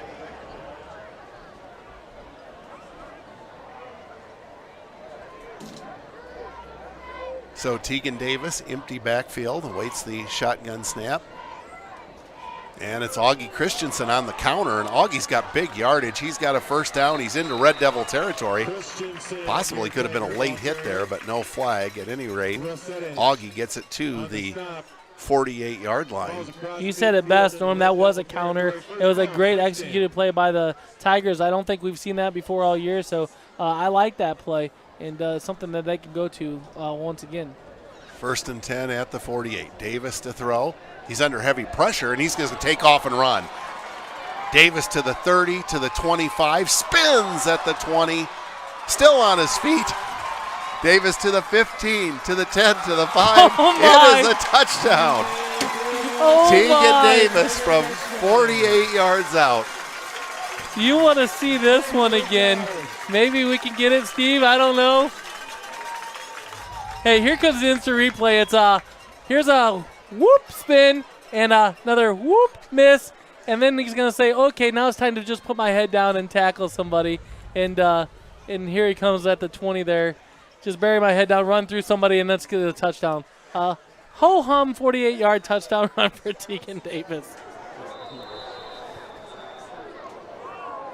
Wow. That is good stuff. As you see the instant replay again, spins there, puts this guy, and he finishes for the touchdown. I mean, it's just, I don't know what to say. I don't have words for it. Well, I haven't seen that I in a long time. I like the Chris Berman whoops. Yeah. I mean, just think he can run like that every day. We would give anything to be able to run like that for 5 minutes. Absolutely. It's just something that is a joy to watch and something that, you know, I think people in the stands at home maybe take for granted to watch right now. And in 10 years, 10 years from now, we're going to still be talking like, remember that time when Tegan Davis made that 48-yard run? I mean, that was just an incredible run. It was. It really was. Tigers for the first time tonight, unable to convert the PAT. I'm not going to be quick to blame Carlos Benavidez on that, though. There's so many things that can go wrong on that extra point kick. But nonetheless, this one no good. But the Tigers have reestablished that 40-point lead. Still 2:46 to go. Speaking of 40-point lead, Ottawa up 42-0. That's late in the first half. That's at halftime, actually. And then Dixon up 35-8. And Newman still up 7-0. And that score is a halftime score over Orion. So that's a barn burner over there. And who is Ottawa beating 42? Harvard. Harvard, okay. Yep. Yeah, I think next week they might play Yale. I'm not sure. You know, speaking of Harvard, former basketball star Garrett Youngren is at Harvard. A little shout out to Garrett. Short kick. Red Devils come up with the fair catch at about the 40-yard line. Yeah, I don't think the Tigers want to kick it to number 4 anymore. I don't know why. Jack Curran with some nice work that time for the Red Devils. Well, you know one thing about it, Schmitty, it's not a close game, obviously, but I think everybody here is having a lot of fun. I really do. I mean, these kids are putting on a great show. Yeah, absolutely. It's fun to watch them, that's for sure. No matter what the score is, it's just fun to watch good football and the kids having fun playing good football. So Rasetic awaits the snap. Low snap. Red Devils try running up the middle, and it's not going to go far. That was Joe Schrader on the carry. Yeah, we'll give him no yards in that play. But I'm telling you, I watched the line play right there, and Payne Miller broke through like crazy. You got Cade Odell and Bennett Williams breaking through like crazy. And then you got linebackers filling right at the line of scrimmage. It's just good stuff, and I know that I've been saying it all night long, but that is great stuff, folks. Like, it's textbook stuff. You don't see them execute like that every single day at a high school level, and that just it gets my heart pumping. That's look at that shot on the camera. Oh, maybe you missed it, Schmitty, but we had a good shot of the band getting ready for halftime getting ready for the halftime. Yep, absolutely. They do a great job as always. This time a nice run for the Gianni Guarini on the carry. Red Devils. Gianni Guarini on the carry. We'll give him about 6 on that run. Bennett Williams in on the stop. Brings up a manageable third down for the Red Devils, and you know what the Tigers want to do right now is they just want to hold their ground and not let them score, so they can go in with a 40-point lead at halftime. Coach Tiemann sending in a play by way of Hunter Meager.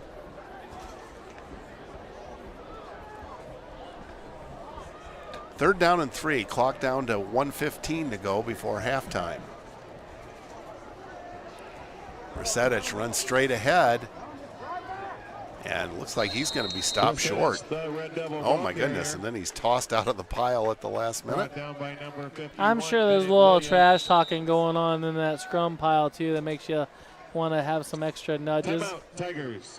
And the Tigers are calling a timeout, trying to conserve some clock here. So maybe Coach Pearson's got something up his sleeve on a 4th down and 2 situation.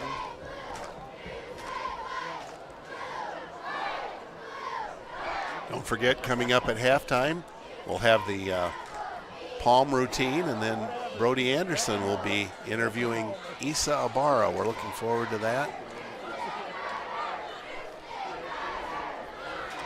Marcy called the Tegan Davis run was like the ultimate pinball video, she says. I think she's got a point. Yeah. Sherry and Barry Portman watching from West Bend, Wisconsin. We really appreciate you watching. Thanks for chiming in, Sherry. You know where West Bend is? No, I don't. Norm, do you? No, I don't. Well, we'll have to check that. Maybe I thought maybe you knew. we can Google it or whatever. All right. So, 4th down and 2 for the Red Devils. Up the middle goes Resetich. He did not get it. He did not get it. Where his knees were at was back here. We had a great angle of that, but they're going to give him forward progress, and they're going to give him a first down. But, oh, boy. I want instant replay on that one because that was not a first down. But those officials have been doing a great job all night. So it is a first down for the Red Devils. Clock ticking with 45 seconds to go in the half. We haven't really seen the Red Devils unleash a long pass. Granted, Resetich hasn't had much time to throw, but now may be the time for it. And Joe Schrader is saying, yeah, I wish we would have called that, as he was swallowed up immediately and a loss of about 4 yards. That kid has got 6 carries, or 5 carries for -4 yards, and he's having a rough night. Bureau Valley down late in the second quarter, 28-8 to the Mendota Trojans right now. So that Mendota run defense that was very porous against Erie Prophetstown is apparently doing the job tonight. 48-8 our halftime score. Augie Christensen with 3 touchdowns for the Princeton Tigers. Red Devil touchdown coming on an 80-yard kickoff return from Mac Resetich. Ladies and gentlemen, we're going to turn things over to the band and the Palms, and then after that, Brody will be interviewing Issa Barra. Who contributed toward the purchase of new marching band uniforms.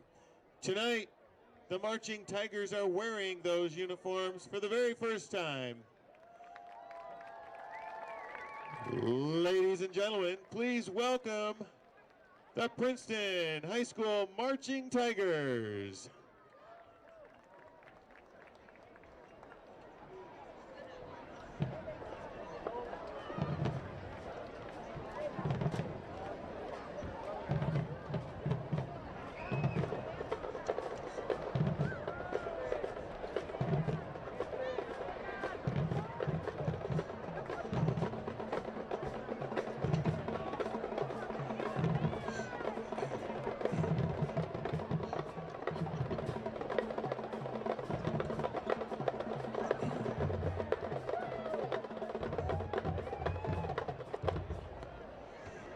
Tonight, the band presents a 2017 hit from Cuban artist Camila Cabello, starting with a great bass line and a relaxed melody.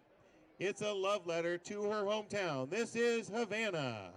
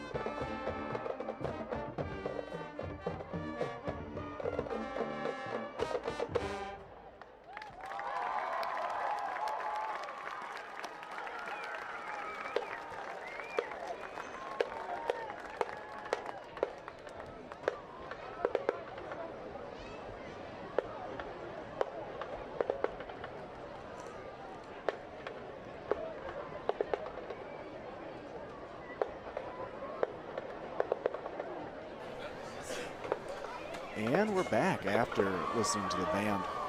Before we get into our halftime interview tonight, I would like to run down our out-of-town scores real quick here. So what we have in front of us tonight is Rockford Christian 8, Dixon 35, Winnebago 29, Rock Falls 0, Milledgeville 8, Squad under the direction of Ms. Abby Cochran and co-captains Lexi Boswog and Sadie Morton. Tonight the girls will perform a routine that has been choreographed by Sadie Thornton, Mia Buccini, Kelsey Mungan, Samantha Woolley, Angela Frost, and Ashley Richardson. This routine is set to the 2019 Jonas Brothers hit, This Is Sucker.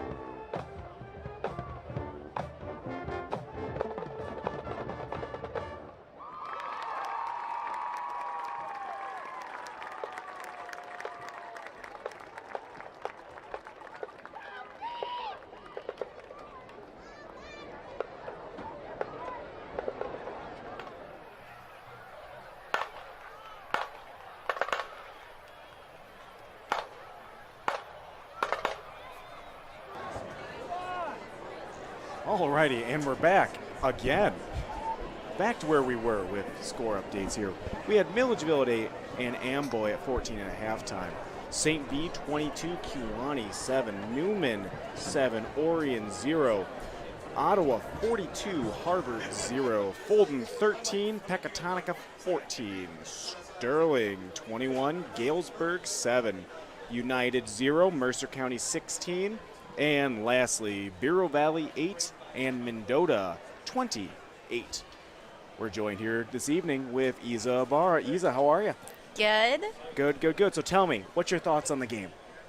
Well, to be honest, it's a blowout, but the student section is going crazy, so it's pretty fun. Oh, that's good. I see we're doing Hawaiian theme tonight. Is that what it is, or? Yeah, pool party. Pool party. Got it. Well, it looks like they're having a lot of fun out there. Yeah. We always get a kick out of the different themes, especially in basketball season. Oh, yeah, basketball season goes crazy. Yeah, because we get to see so many different themes because basketball is just so, we have so many games a week, and it's just a riot for Tiger Central Live. So, I always start off with, tell me a little bit about yourself. Well, I'm in volleyball right now, and then I also play basketball and softball, and I just came back from a torn ACL, obviously. So I was going to circle back. We was going to circle back to that at the end, but we can go ahead and tackle it now. So, your torn ACL. So tell me about the path to recovery. Well, let me tell you, it has been a roller coaster, but I wouldn't take anything else. I went to physical therapy, and I actually got a personal trainer down at Exercise Science. So I really appreciated that. And Dr. Shin was a great doctor to have. So. His name was Dr. Shin, is that what you said? Yes, Dr. Shin. And he's a foot doctor, a leg doctor, you get it? Yes, thank you, Mr. Anderson. Yeah, you're welcome. That's why you keep me around with all these dad jokes. Well, that's good. I'm glad you had a good doctor. I'm glad, amputation wasn't in the cards. So, awesome. All right, so tell me a little bit. So tell me, what's your favorite class right now? Definitely human anatomy with Mr. Fredericks. Coach Freds is a great guy. He really is. Would you also say he is your favorite teacher? Probably. Sorry. Cool. No, you don't have to apologize for that. I've interviewed a couple people now, and no one has ever said that I am their favorite teacher. Now, I'm not upset. I'm not salty by any stretch of the imagination. But, I deal with this week in and week out. So it's Homestead weekend this weekend, yes. Right? So are you celebrating Homestead? Are you going to the parade? Yes, I'm going to the parade, and I'm also going to the art show. Oh, the art show. Where's that at? It's at the. Actually, it's down the street. It's like at Soldier and Sailor. Oh, is it at Soldier Sailors or is it at the Prairie Art Center, the white building? No, it's around the courthouse. Oh, actually, yeah. Oh, yeah. Very cool. Very cool. Now, speaking of Homestead, one of everyone's favorites for Homestead is medallion hunting. Now, did you participate in the chaos of the medallion hunt? I did not. I've never really gotten into it, but I don't know. I see a lot of people out there searching for it. Oh, Lord, you see droves and droves of people out there. They're all over. They swarm Princeton searching for this medallion. Someone found it yesterday, I believe it was. It was over there by Grandma Rosie's. It was there's that where they have the disc golf course behind the Metro Center. Oh, it was kind of in that area behind Grandma Rosie's. Okay. That'd be nice to win at least $1,000. If you had $1,000, what would you spend it on? I don't know. I'm not much of a spender. I like to save, actually. Nothing wrong with that. Nothing wrong with that. All right. So how about this one? If you could go back in time and give advice to the freshman version of you, if you could send them one message, what would be the thing that you would tell freshman you? Probably to go to the basketball games. Go to the basketball games? I did not do much freshman year. Oh, yeah? Yeah, I don't know. Kind of just sat back and watched things unfold.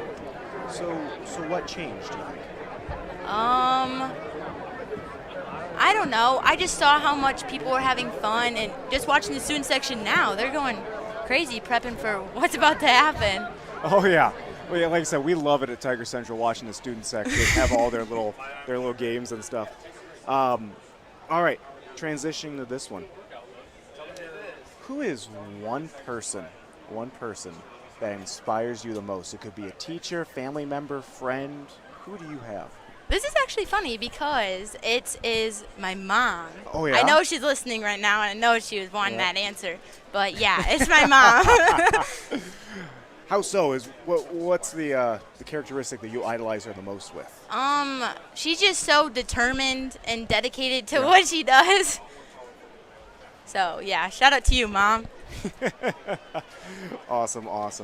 Well, all right, Isa. Well, thank you so much for coming up for our halftime interview. Thank you for having me. Oh, yeah, we are very happy to have you. So why don't you turn that microphone back over in the norm, and I'm going to run through a couple more scores I have in front of me, and then we'll get Schmitty back on the line to do some stats. Alrighty, thank you so much. Thank you again. Yep.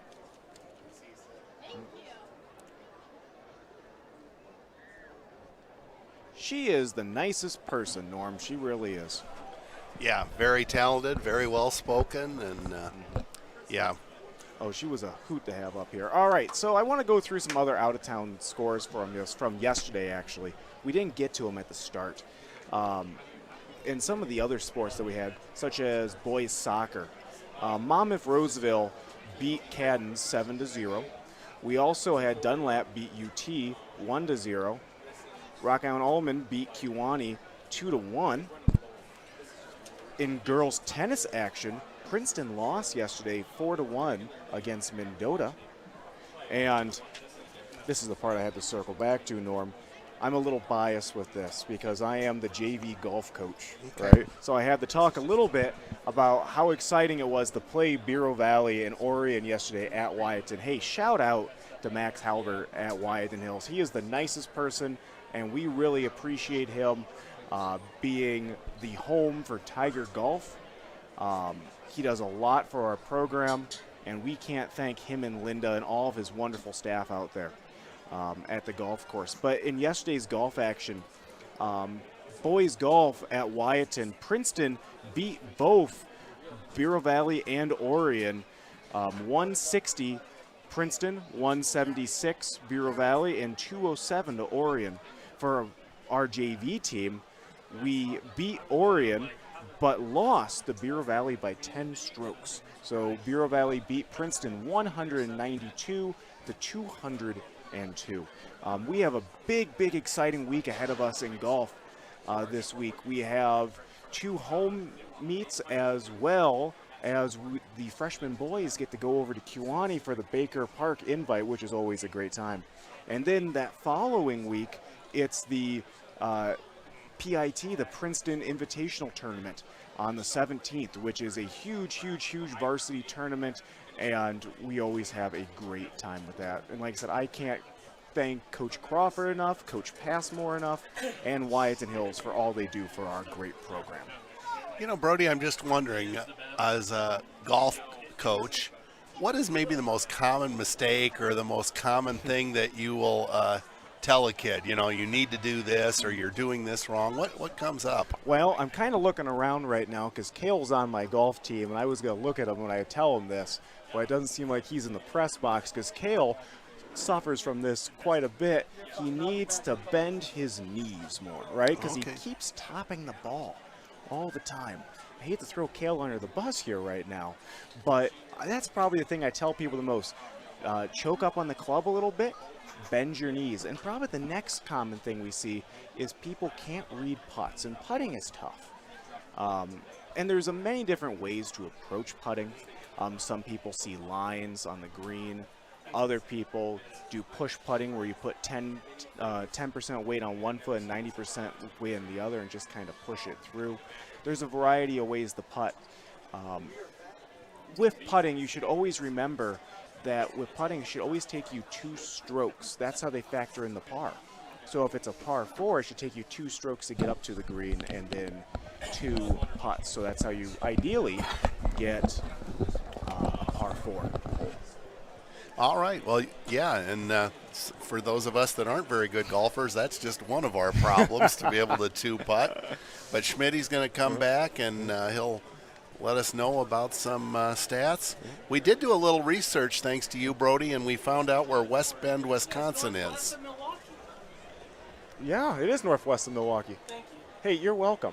I knew where it was. I was playing games with you the whole time. Oh, one other thing, Brody, you mentioned a ton about golf and the PIT Open. It was on the Channel 6 News.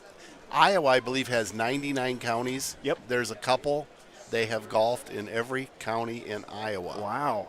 Now, Illinois has 102 counties, I believe, if I remember right. And I'm not saying this sarcastically or anything, but some of the poor counties in southern Illinois, I don't know if they all have golf courses. Yeah, no kidding. That'd be something to look up. I wonder if someone's golfed all counties in Illinois. And, you know, I guess you could make your own golf course in the backyard. Yeah, count that. Yeah, no kidding. No kidding. All right, well, we'll turn this thing back to Schmidt here, and he can go through some stats before we start up the third quarter. All right, thanks, Brody, for the interview and for the insight. And Schmidt is back, and any stats you have for us, Schmidt, go right ahead. I don't have anything totaled up because I kind of waited in line a while, Norm, but I'm going to total up. So here, I'm not even going to do completions or rushing attempts. How's that? That's fine. So Tegan Davis has 161 yards in the air. Not a bad start to the first half, I guess. Rushing-wise, C.J. Hickey has 52 yards. Augie Christensen with the 3 touchdowns. He has 82 yards. Tegan Davis with 85 yards, and I believe he has 3 touchdowns as well, and 1 in the air. So Saihaki has a touchdown catch. He's got 73 yards receiving. Noah Laporte's got 47 yards receiving. So a lot of guys making some big numbers there. For the Red Devils, Resettage leading the way with passing. He's got 2 attempts for 5 yards, and then in rushing he's got 28 yards. So Really not a lot to talk about on the offensive side for the Red Devils, and a lot to talk about the Tiger side. So we're getting ready to start the second half, Norm. And the kickoff by Weathers, a short kick, goes out of bounds, and the Tigers will take the penalty yardage. Yeah, Casey, after it started to come up the field the ball, he's like, I better think twice about that and let the ball go out of bounds like he should have. So good job by that young man right there. I believe Casey's just a freshman and playing varsity experience, getting experience on at least the special teams end of it is really huge. And so he can always cherish that and use that experience for next year as well. Yeah, excellent point. A freshman and made a very wise decision. 1st and 10 at the 35 for the Tigers. Davis on that counter play to Augie Christensen, and once again it's really successful. In fact, it may go all the way. Augie Christensen is going to take it 65 yards for a touchdown, and the Tigers go up 54-8. Well, that didn't take long, did it, Norm? I mean, that was another misdirection counter play like you called like the last time. And that play went for a lot. This play went for a lot further as Augie shows that burst of speed right there on the instant replay and runs for 65 yards for a touchdown to open up this. Look at him just run away from everybody. Nobody was catching him. He shows some speed right there that we don't necessarily see on an everyday basis from him. Carlos Benavidez on for the point. And the kick is good. And the Tiger lead is now 55-8. So that's Augie's fourth touchdown run of the day, and he's up to 147 yards on the night for the Tigers. So, wow, that was a great play by the offensive line to sustain some blocks, and Augie just showing that burst of speed, like I said before.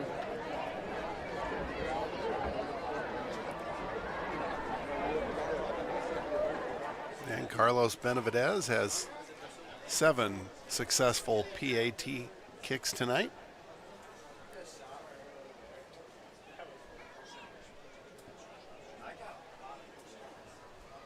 Tigers on the road next week as they will travel to Mendota. Of course, we don't have road games on Tiger Central Live, but you will be able to listen to that on 99.3 WAJK, and we really appreciate WAJK broadcasting our games this year. Couple of scores, Norm, IC Catholic's up on Elmwood Park 46-0 at halftime. Stillman Valley up 27-6 over Oregon, and I don't know how to Altoff Catholic over Breeze Matter Day 7-0 in the third quarter. All right, thank you for that. Short kick, and the Red Devils take the fair catch that was made by Jack Curran.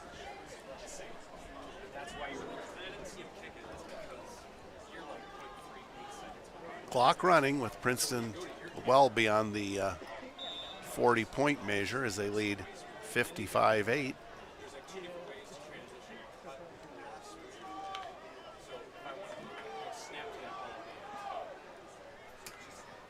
Resetich with a running back to either side of him. And a bit of a counter play for the Red Devils, but not the same result. Evan Driscoll came in on the tackle from the linebacker position. Evan's got a ball of energy.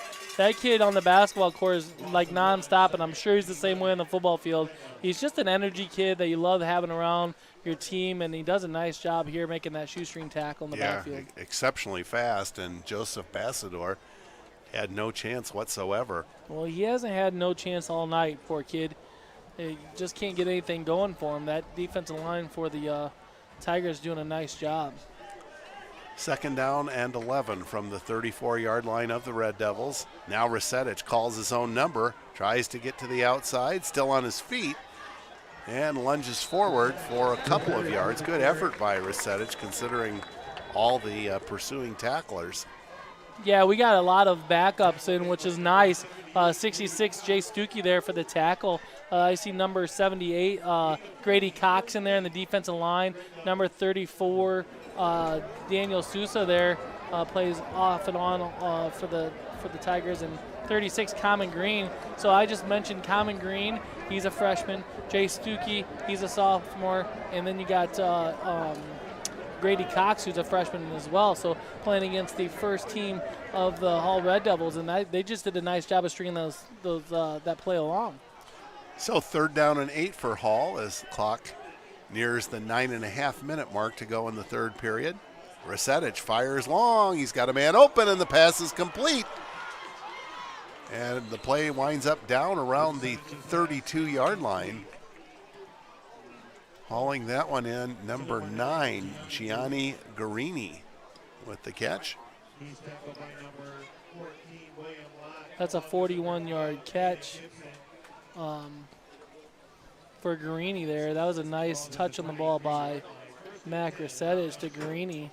This up there. Fourth first down of the contest. Only 3 in the first half. Norm, 3 first downs is all the Red Devils had in the first half. And I imagine Coach Tiemann, at halftime, let's just try and establish some stuff, boys, get on the right page, and that certainly is part of it. A nice passing play there. Now the Red Devils with the jet sweep. Guarini on the carry.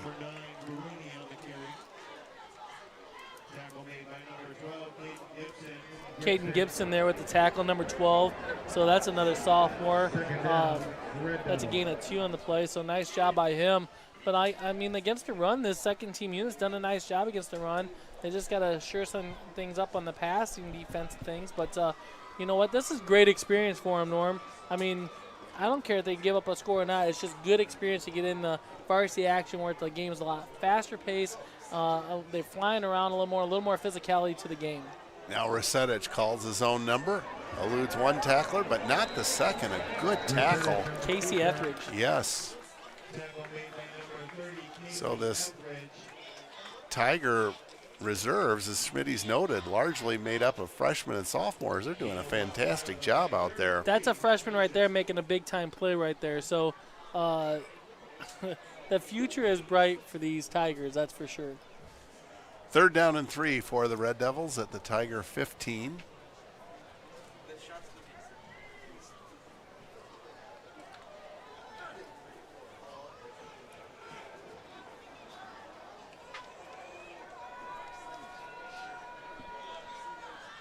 Resetich back to throw, fires to the end zone, and it is a touchdown. It is a touchdown. Hauling that one in is Joseph Bassador from 15 yards out at the 7:09 mark of the 3rd period. And that's a 15-yard touchdown pass.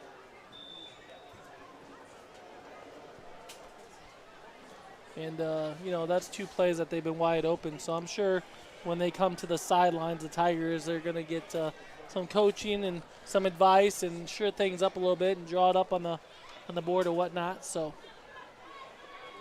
Red Devils will try for 2, down 55-14. Resetich to throw for it, and the pass is incomplete. So the score remains Princeton 55 and Hall 14. Yeah, Driscoll there for the was there on the coverage there and did a nice job of batting that ball down. So good play by him, and like you said, 55-14. Still a running clock, as you are familiar from last week. Norm, once you get up over 40, even if they cut it under 40, it's still going to be a running clock. So.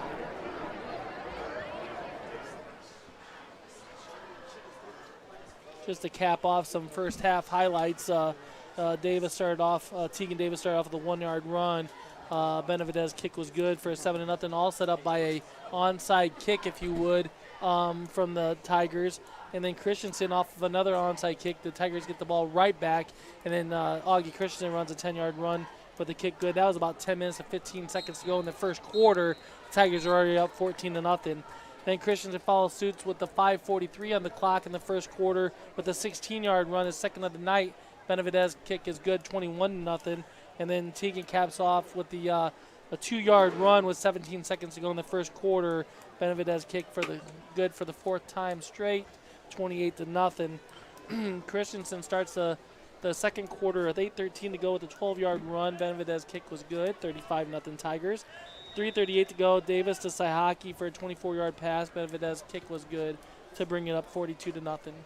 And Weathers' kickoff is fielded by Chris Osola. Yeah, Chris Osola was there to field that kick. Did a nice job returning it. So it's just nice to see these kids getting playing time. They pay their dues in the practice field. To get them some playing time on the field is rewarding. So then they can work harder. They know what they have to work at in practice. So when you're on the sidelines, you don't really know what you need to work at. It's kind of tough to do to get better. But when you know what you have to work at, then you can see what you have to work on in a game tape and whatever. It's good to see yourself on film, that's for sure. Augie Christensen with 4 touchdowns tonight for the Tigers.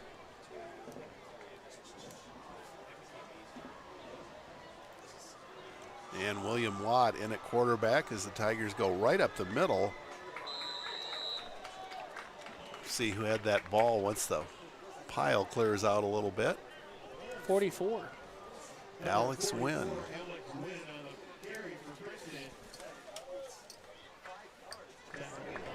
There's like a little scrum there.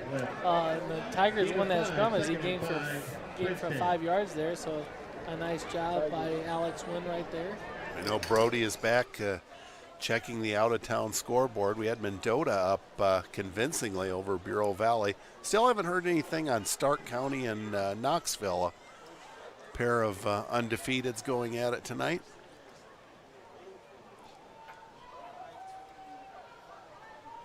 You can see Lott looking at the back judge. And the handoff goes to Etheridge, and he's stopped near the line of scrimmage. A penalty flag is down. And even during the assessment of the penalty, the clock will continue to run. It's a holding against the Tigers. So if there's something that we can pick apart on the Tigers tonight, it's them and their penalties, as that is their 10th penalty for 62 yards. I've been a little surprised with the shortage of officials that we haven't had more games played non-Friday night. There is a Saturday game tomorrow. That's Sherrard 0-2 at Erie Prophetstown, 1-1, a 1 o'clock start, and that game will be at Prophetstown. Ottawa up at the end of the third quarter, 56-0. St. Bede up on Kewanee, 34-7. So St. Bede is the real deal. They have a lot of people back, and Coach Eustace has got them playing good ball. Now the Tigers with a run up the middle, they get a lot of the penalty yardage back. Caden Gibson, it looks like, got the ball. Number 12, Caden Gibson, the Tiger ball carrier. Gibson, a sophomore. I coached Caden in baseball a little bit, played on the travel team that I coached, and he's a little athletic kid, doesn't say much, works hard. He's just a good all-around kid, and you can't have enough of those kids in your program, that's for sure. Well, we got some scores here to give you, Norm. Sure. Winnebago up 36-0 over Rock Falls. Mercer County up 22-0 over United. I'll let you call this play. And all right. 3rd down and 6. And this is Etheridge on the carry. He's going to eke out maybe a yard or so. You can go ahead with those scores. St. Bede, like I said, up 34-7 over Kewanee. Fulton pulling away from Pecatonica, 24-14. Milledgeville up over Amboy, 30-20. So that's a good game. 56-0 Ottawa over Harvard. Newman up 7-0 over Orion. Dixon up 50-8 over Rockford Christian. Sterling all over Galesburg, 28-7, and then of course the Mendota's 28-8 over Bureau Valley. So those are your updated scores for tonight's contest so far, and maybe we'll give you some more in the fourth quarter. You're a little bit surprised at maybe not so much that Mendota's winning, but that they're beating Bureau Valley so handily. I can't honestly answer that. I haven't seen either team play, so I can't tell you, what I see. So, I mean, from a record standpoint, probably surprised. But I can't say if I'm actually surprised or not because I've never Right. seen both teams play. Nor have I. I was just, as I said at the beginning of the broadcast, Erie Prophetstown just ran wild on Mendota at like 490 yards rushing. Here's your Knoxville Stark County score. Okay. Is it the Blue Bullets? Yes. The Blue Bullets all over the Rebels, 28-7. Okay. Thank you very much for that, Brody, because Stark County, you can remember the days when they were playing for state championships. Not all that far back, really. Yeah. I mean, times have changed a little bit. I think there's some changing of the guard a little bit in different areas, and that's one of them for sure. You know, I remember one year that Stark County, they won the championship in football. They played in the Wally Keller tournament that night against Princeton, and that was a powerhouse team. Jesse Brandt, the coach. They had Garrett Youngren, Ryan Verana, and they played Princeton within 10 points. Yeah. That was impressive. Here's the punt by Lott. It's a good one, and it goes out of bounds around the 20-yard line. That's a good angled kick from the about the 45-yard line, we'll say, and all the way down to the 20. I mean, you'll take that all day. You just flip the line of scrimmage there, and nice job by William there to make a nice punt, and a good job by the line to hold the Red Devils off from blocking it. Sure. You know, talking about Stark County, that used to be Toulon Trojans and Wyoming Indians back in the day. Yeah, Bradford Panthers, yeah, You used sure. to play Bradford. Bradford was in our conference when I was in high school. Red Devils keep it on the ground. Not much going on. Jay Stuckey doing a nice job for the Tigers on defense. He's a sophomore. Interesting story, fellas. The Bradford football field, the lights from the Bradford football field are at Mid-County, or that high school that's close to Varna, and they actually had to close down the Route 17 bridge because the light standards were so wide they took up 2 lanes of traffic. How do you find all this knowledge? Where is all this processed at? I don't know. Red Devils keep it on the ground, wide sweep. And look at this. Is this Tegan Davis running here? Look at that. That's Gianni Guarini, and he could go all the way. No, he's caught, knocked out of bounds at about the 17-yard line by Evan Driscoll. We mentioned Driscoll extremely fast, able to catch up with Guarini. Yeah, that's a 56-yard run by Guarini, and he made some missed tackles there, but nice shifty running by that young man right there. Gets a first down for the Red Devils, gets him a 56-yard run, and First and 10, Red Devils from the Princeton 20-yard just got to line. wrap up, fellas.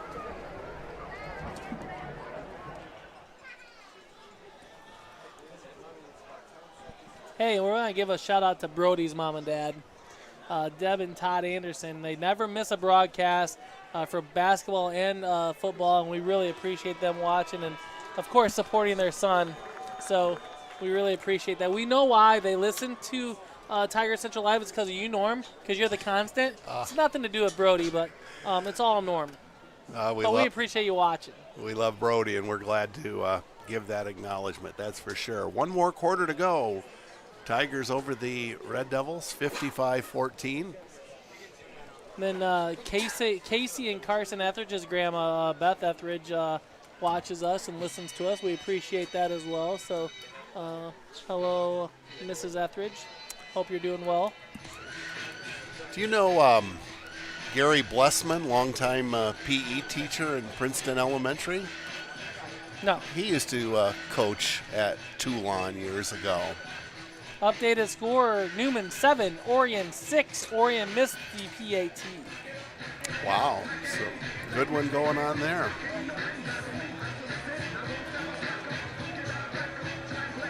If Orion should somehow win that game, I think you'd have to go back a long ways to find a time when Newman was 1-2. Yeah, it's been a minute, that's for sure.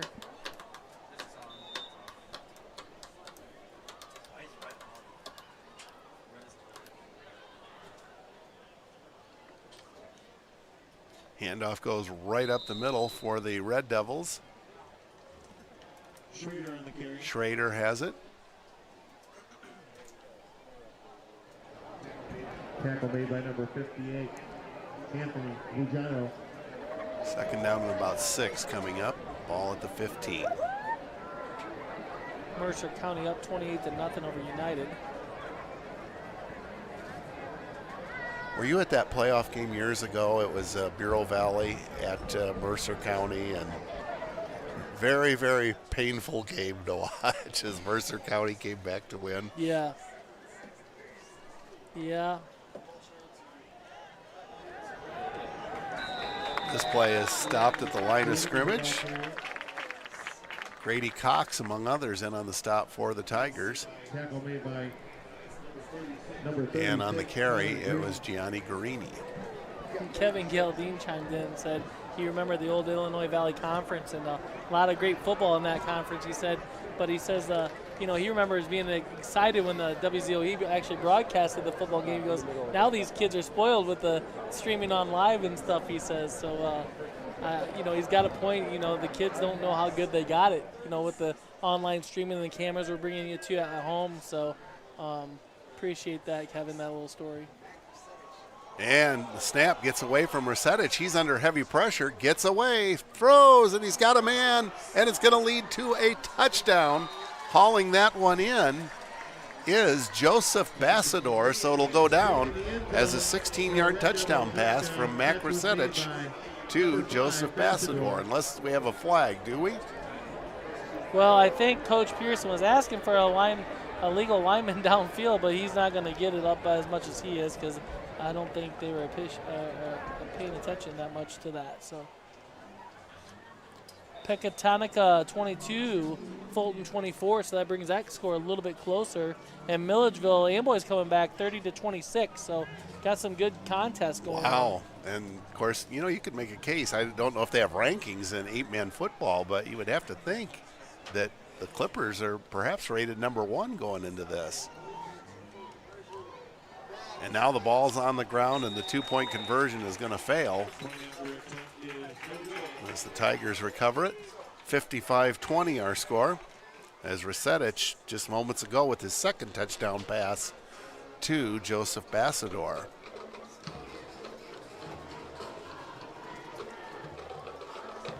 Yeah, talking about the old Indian Valley Conference, who can forget those Saturday afternoon games down at Depew? Did you ever go to one of those? Yeah, my brothers. I mean, you're aging me now, Norm. My Lord, people are going to think I'm 80 years old, but yeah, I do remember at going to watch. Actually, one of my brothers got, I believe I don't remember if his leg was broke or whatever, but he got hurt down there. But yeah, that was some good times. Now they park RVs on that football field for the Depew boat races. So how times have changed a little bit. Yeah.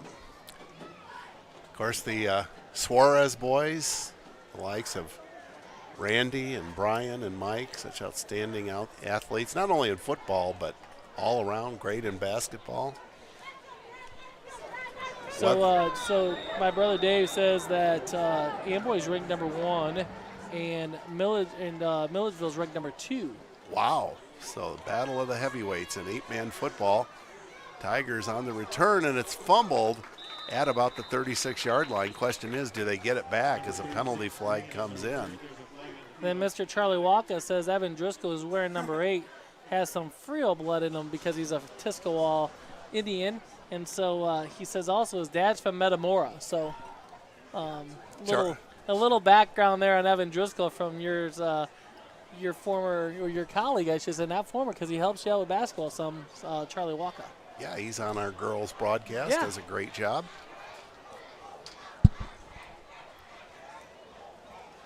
So the officials sorting out this penalty, and while they do, the clock continues to run. And by the way, Tiffany Gonigam has agreed to be on board for boys basketball once again. Won't be that long, Schmitty.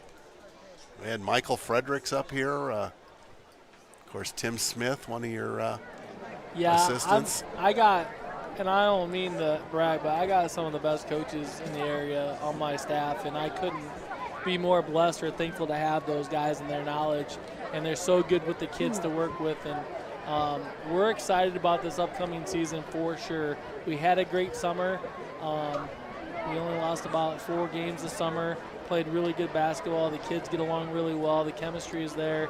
If you guys got nothing to do in the winter, come and check us out, because those boys, it has nothing to do with me, trust me. Those guys are fun to watch, that's for sure. And of course, when you get to work with guys like Tim Smith and Michael Fredericks, I'm sure that makes, if you want to call it work, coming to work, an absolute joy. Yeah, it's so much fun to be around those guys. And, Coach Raby coaches our freshmen, does an excellent job as well.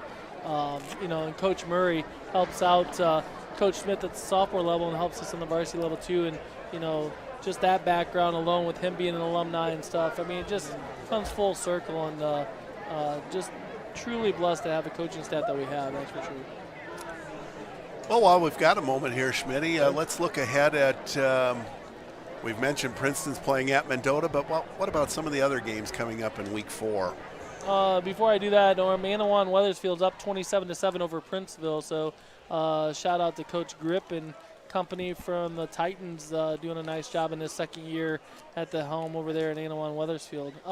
Week 4, you got some matchups here. The Princeton's going to go to the Mendota there, so we'll be traveling to Mendota to watch some football next week. Bureau Valley will go to Kewanee. Hall, who we're playing against tonight, is at Morrison. St. Bede will go to Newman. That'll be interesting to watch. Erie Prophetstown's at Rock Ridge. Riverdale is playing Orion, but Riverdale don't have a varsity squad, so that'll be a forfeit if they don't find another opponent to take their place. Monmouth Roseville at Sherrard. Milford at Amboy Lamoille. Where's Milford at? Norm, I'm putting you on the spot. Come on. I'm not sure. I'm thinking it's in the Rockford area. I see Steve Morton, our producer-director, is Googling it, so. Ottawa Marquette's going to be at Anawan Weathersfield. Elmwood Brimfield at Stark County. Stillman Valley at Dixon. LP at Plano. And then St. Joe Ogden at IVC Chillicothe. And we have another flag on the field.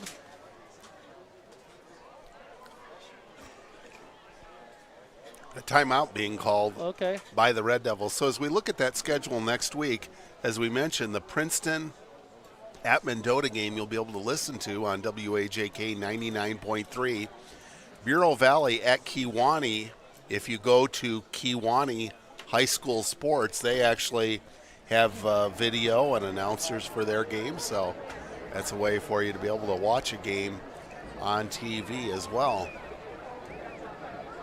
Do we ever come up with Milford, where Milford's at? No, I think it's somewhere between Milton and Rockford. That's why they call it Milford. I don't know. Just coming up on a whim, I don't know. Come on, Brody, where are you at here? It says it's in Iroquois County. But it looks like it might be south of Kankakee and east of Bloomington. I don't know, maybe. Wait a minute. Are you coming up with anything, Brody? That's what he came up with. Wow. I didn't make that up on my own. In the meantime, the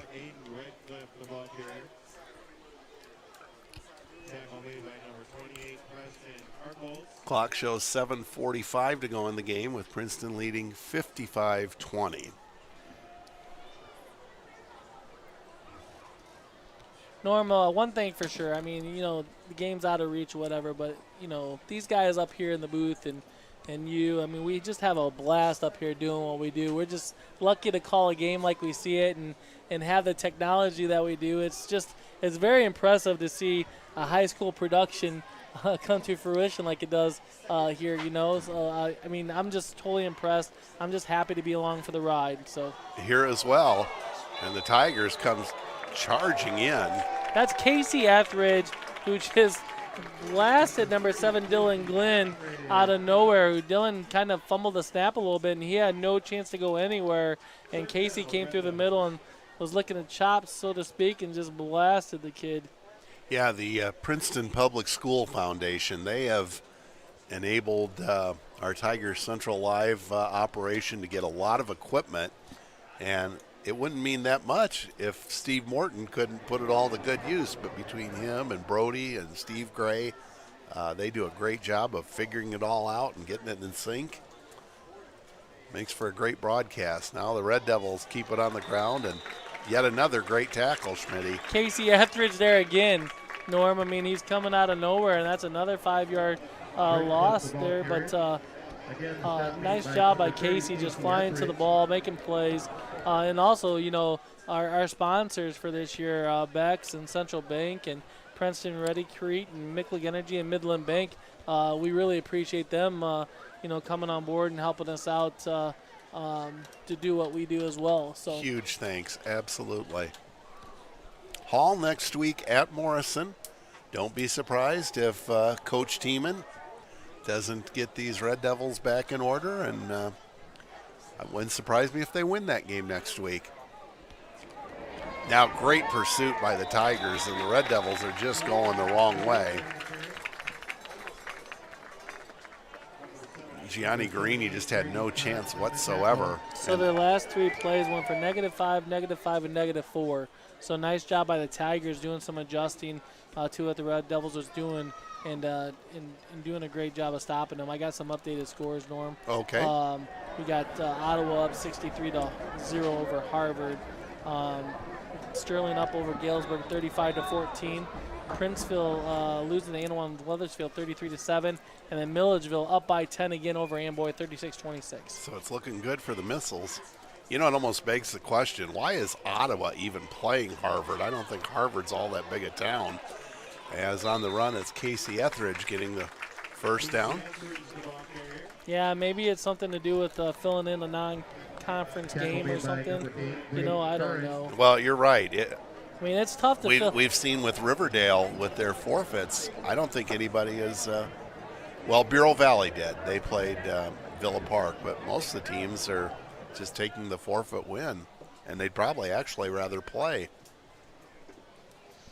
Yeah, like I said, they want to play Yale next, but Brody stole my thunder there, but that's all Brody's joke, not mine. Ta-da-ta.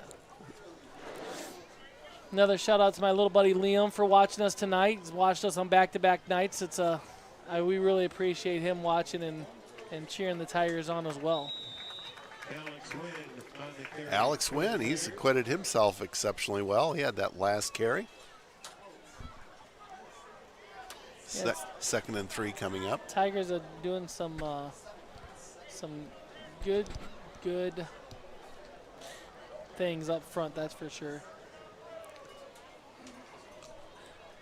You know, he mentioned Knoxville leading Stark County, a pair of 2-0s.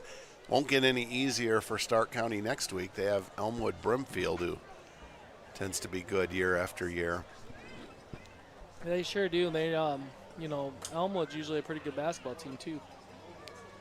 Now Etheridge has the first down, tight ropes the sidelines, and is finally knocked out of bounds down around the 10-yard line. That's a 20-yard scamper for Casey Etheridge, and all of a sudden he's got 3 carries for 39 yards and racking up some yardage. And I think the second group here wants to get some pay dirt. They want to score one time, I think. Boy, a credit to these great fans, both Princeton and Hall. Not very many people have left. They're here enjoying a great evening.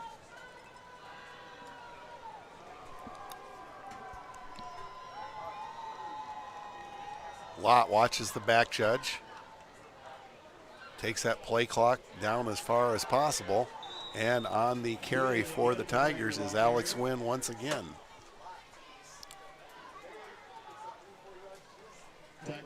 Yeah, he does a nice job getting 3 or 4 carries at a time. Newman's up 13-6 with 9:50 to go in this fourth quarter. So the Comets, after a devastating loss to Rock Ridge last week, appear to be on a winning path, but still time left in that one.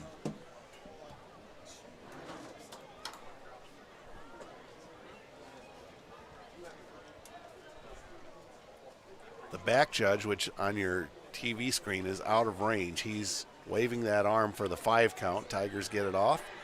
And it's Etheridge surging ahead, getting close to the goal line. So Casey Ether is trying to score another touchdown for the Tigers. He's going to be down at the 3-yard line, so we'll give him 9 yards on that carry and another first down for the Tigers, that's their 20th first down by the rush.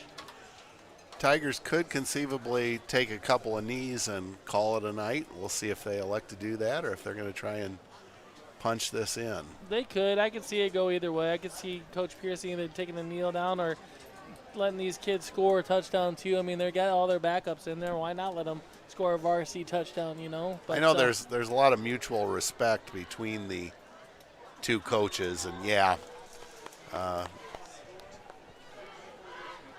Lott is going to take the knee. Amboy coming back. It's 36-32 now. Wow. Yeah. A lot of scoring going on. 4 minutes left, Brody, in that one. Wow. Well, you know the old saying, Schmitty, what goes around comes around. And if the Tigers maybe punched it in one more time, that might not wash real well. So that's going to do it for tonight. The Princeton Tigers with the win, 55-20 over the Hall Red Devils. A night when Augie Christensen scored 4 touchdowns. We saw a great kickoff return by Mac Rasetich and a run by Tegan Davis that was one for the ages. A 48-yard touchdown run that Davis probably ran about 70 with all kinds of fantastic spins and moves. Rasetich also with a couple of touchdown passes to Joseph Bassador. Danny Cyhockey catching a touchdown pass from Tegan Davis. Davis also scoring on a 1-yard run for the Tigers' first score. Red Devils next week travel to Morrison. I think that's a game that they have a decent shot at. And the Tigers will travel to Mendota, who at last count was handling Bureau Valley fairly easily. One of the other games next week that you'll want to keep an eye on is St. Bede at Newman. Bruins undefeated in competition. Schmitty, whenever you're ready to go with the stats, have at it. I want to thank our sponsors of Tiger Football on Tiger Central Live. They include Beck's, Central Bank, Princeton Ready Crete, Micklig Energy, and Midland Bank. And also a big thanks to the Princeton Public Schools Foundation. You all set there, Schmitty? Yep. All right, go right ahead. St. Bede's up 34-20 over Kewanee, and that's in the fourth quarter. 9 minutes to go in the fourth quarter anyways. For the visiting Red Devils, Rasetich was 4 for 5 for 77 yards and 2 touchdowns. Leading the way for the Red Devils was Rasetich with 11 carries for 35 yards. Roughly, also number 9, Guarini, had that long carry, 5 attempts for 60 yards. But nice job by the Tigers holding the Red Devils to under 90 yards in rushing. So Red Devils had seven first downs, 3 by pass, 4 by rushing. They had 4 penalties for 25 yards. Receiving the ball was number 5, Ambassador, had 2 catches for 31 yards and 2 touchdowns. Greeny had a catch for 41 yards, and number 8, Curran, had a catch for 5 yards as well. For the winning Princeton Tigers, Tegan Davis 9 for 13 for 161 yards with a touchdown. Receiving those was Saihaki leading the way, 2 catches for 73 yards and a touchdown. Report 3 catches for 47 yards. Brady Byers 2 catches for 24 yards. Driscoll catch for 11 yards, and Augie Christensen 1 catch for 6 yards. On the ground, leading the way was it was Augie Christensen's night. He had 9 carries for 147 yards, and I believe he had 4 touchdowns there.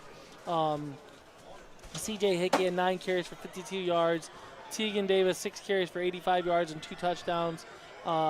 Number 44 for the Tigers, Alex Wynn, was 3 carries for 17 yards. Caden Gibson had a carry for 14 yards, and Casey Etheridge with the 4 carries for 43 yards.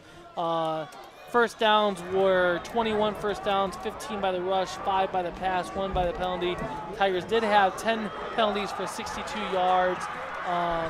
And yeah, I would give you the rundown on the scoring drives, but I think we've already hit on that a couple of times. So, Norm, it's been a great time, and I appreciate you and everybody at home watching.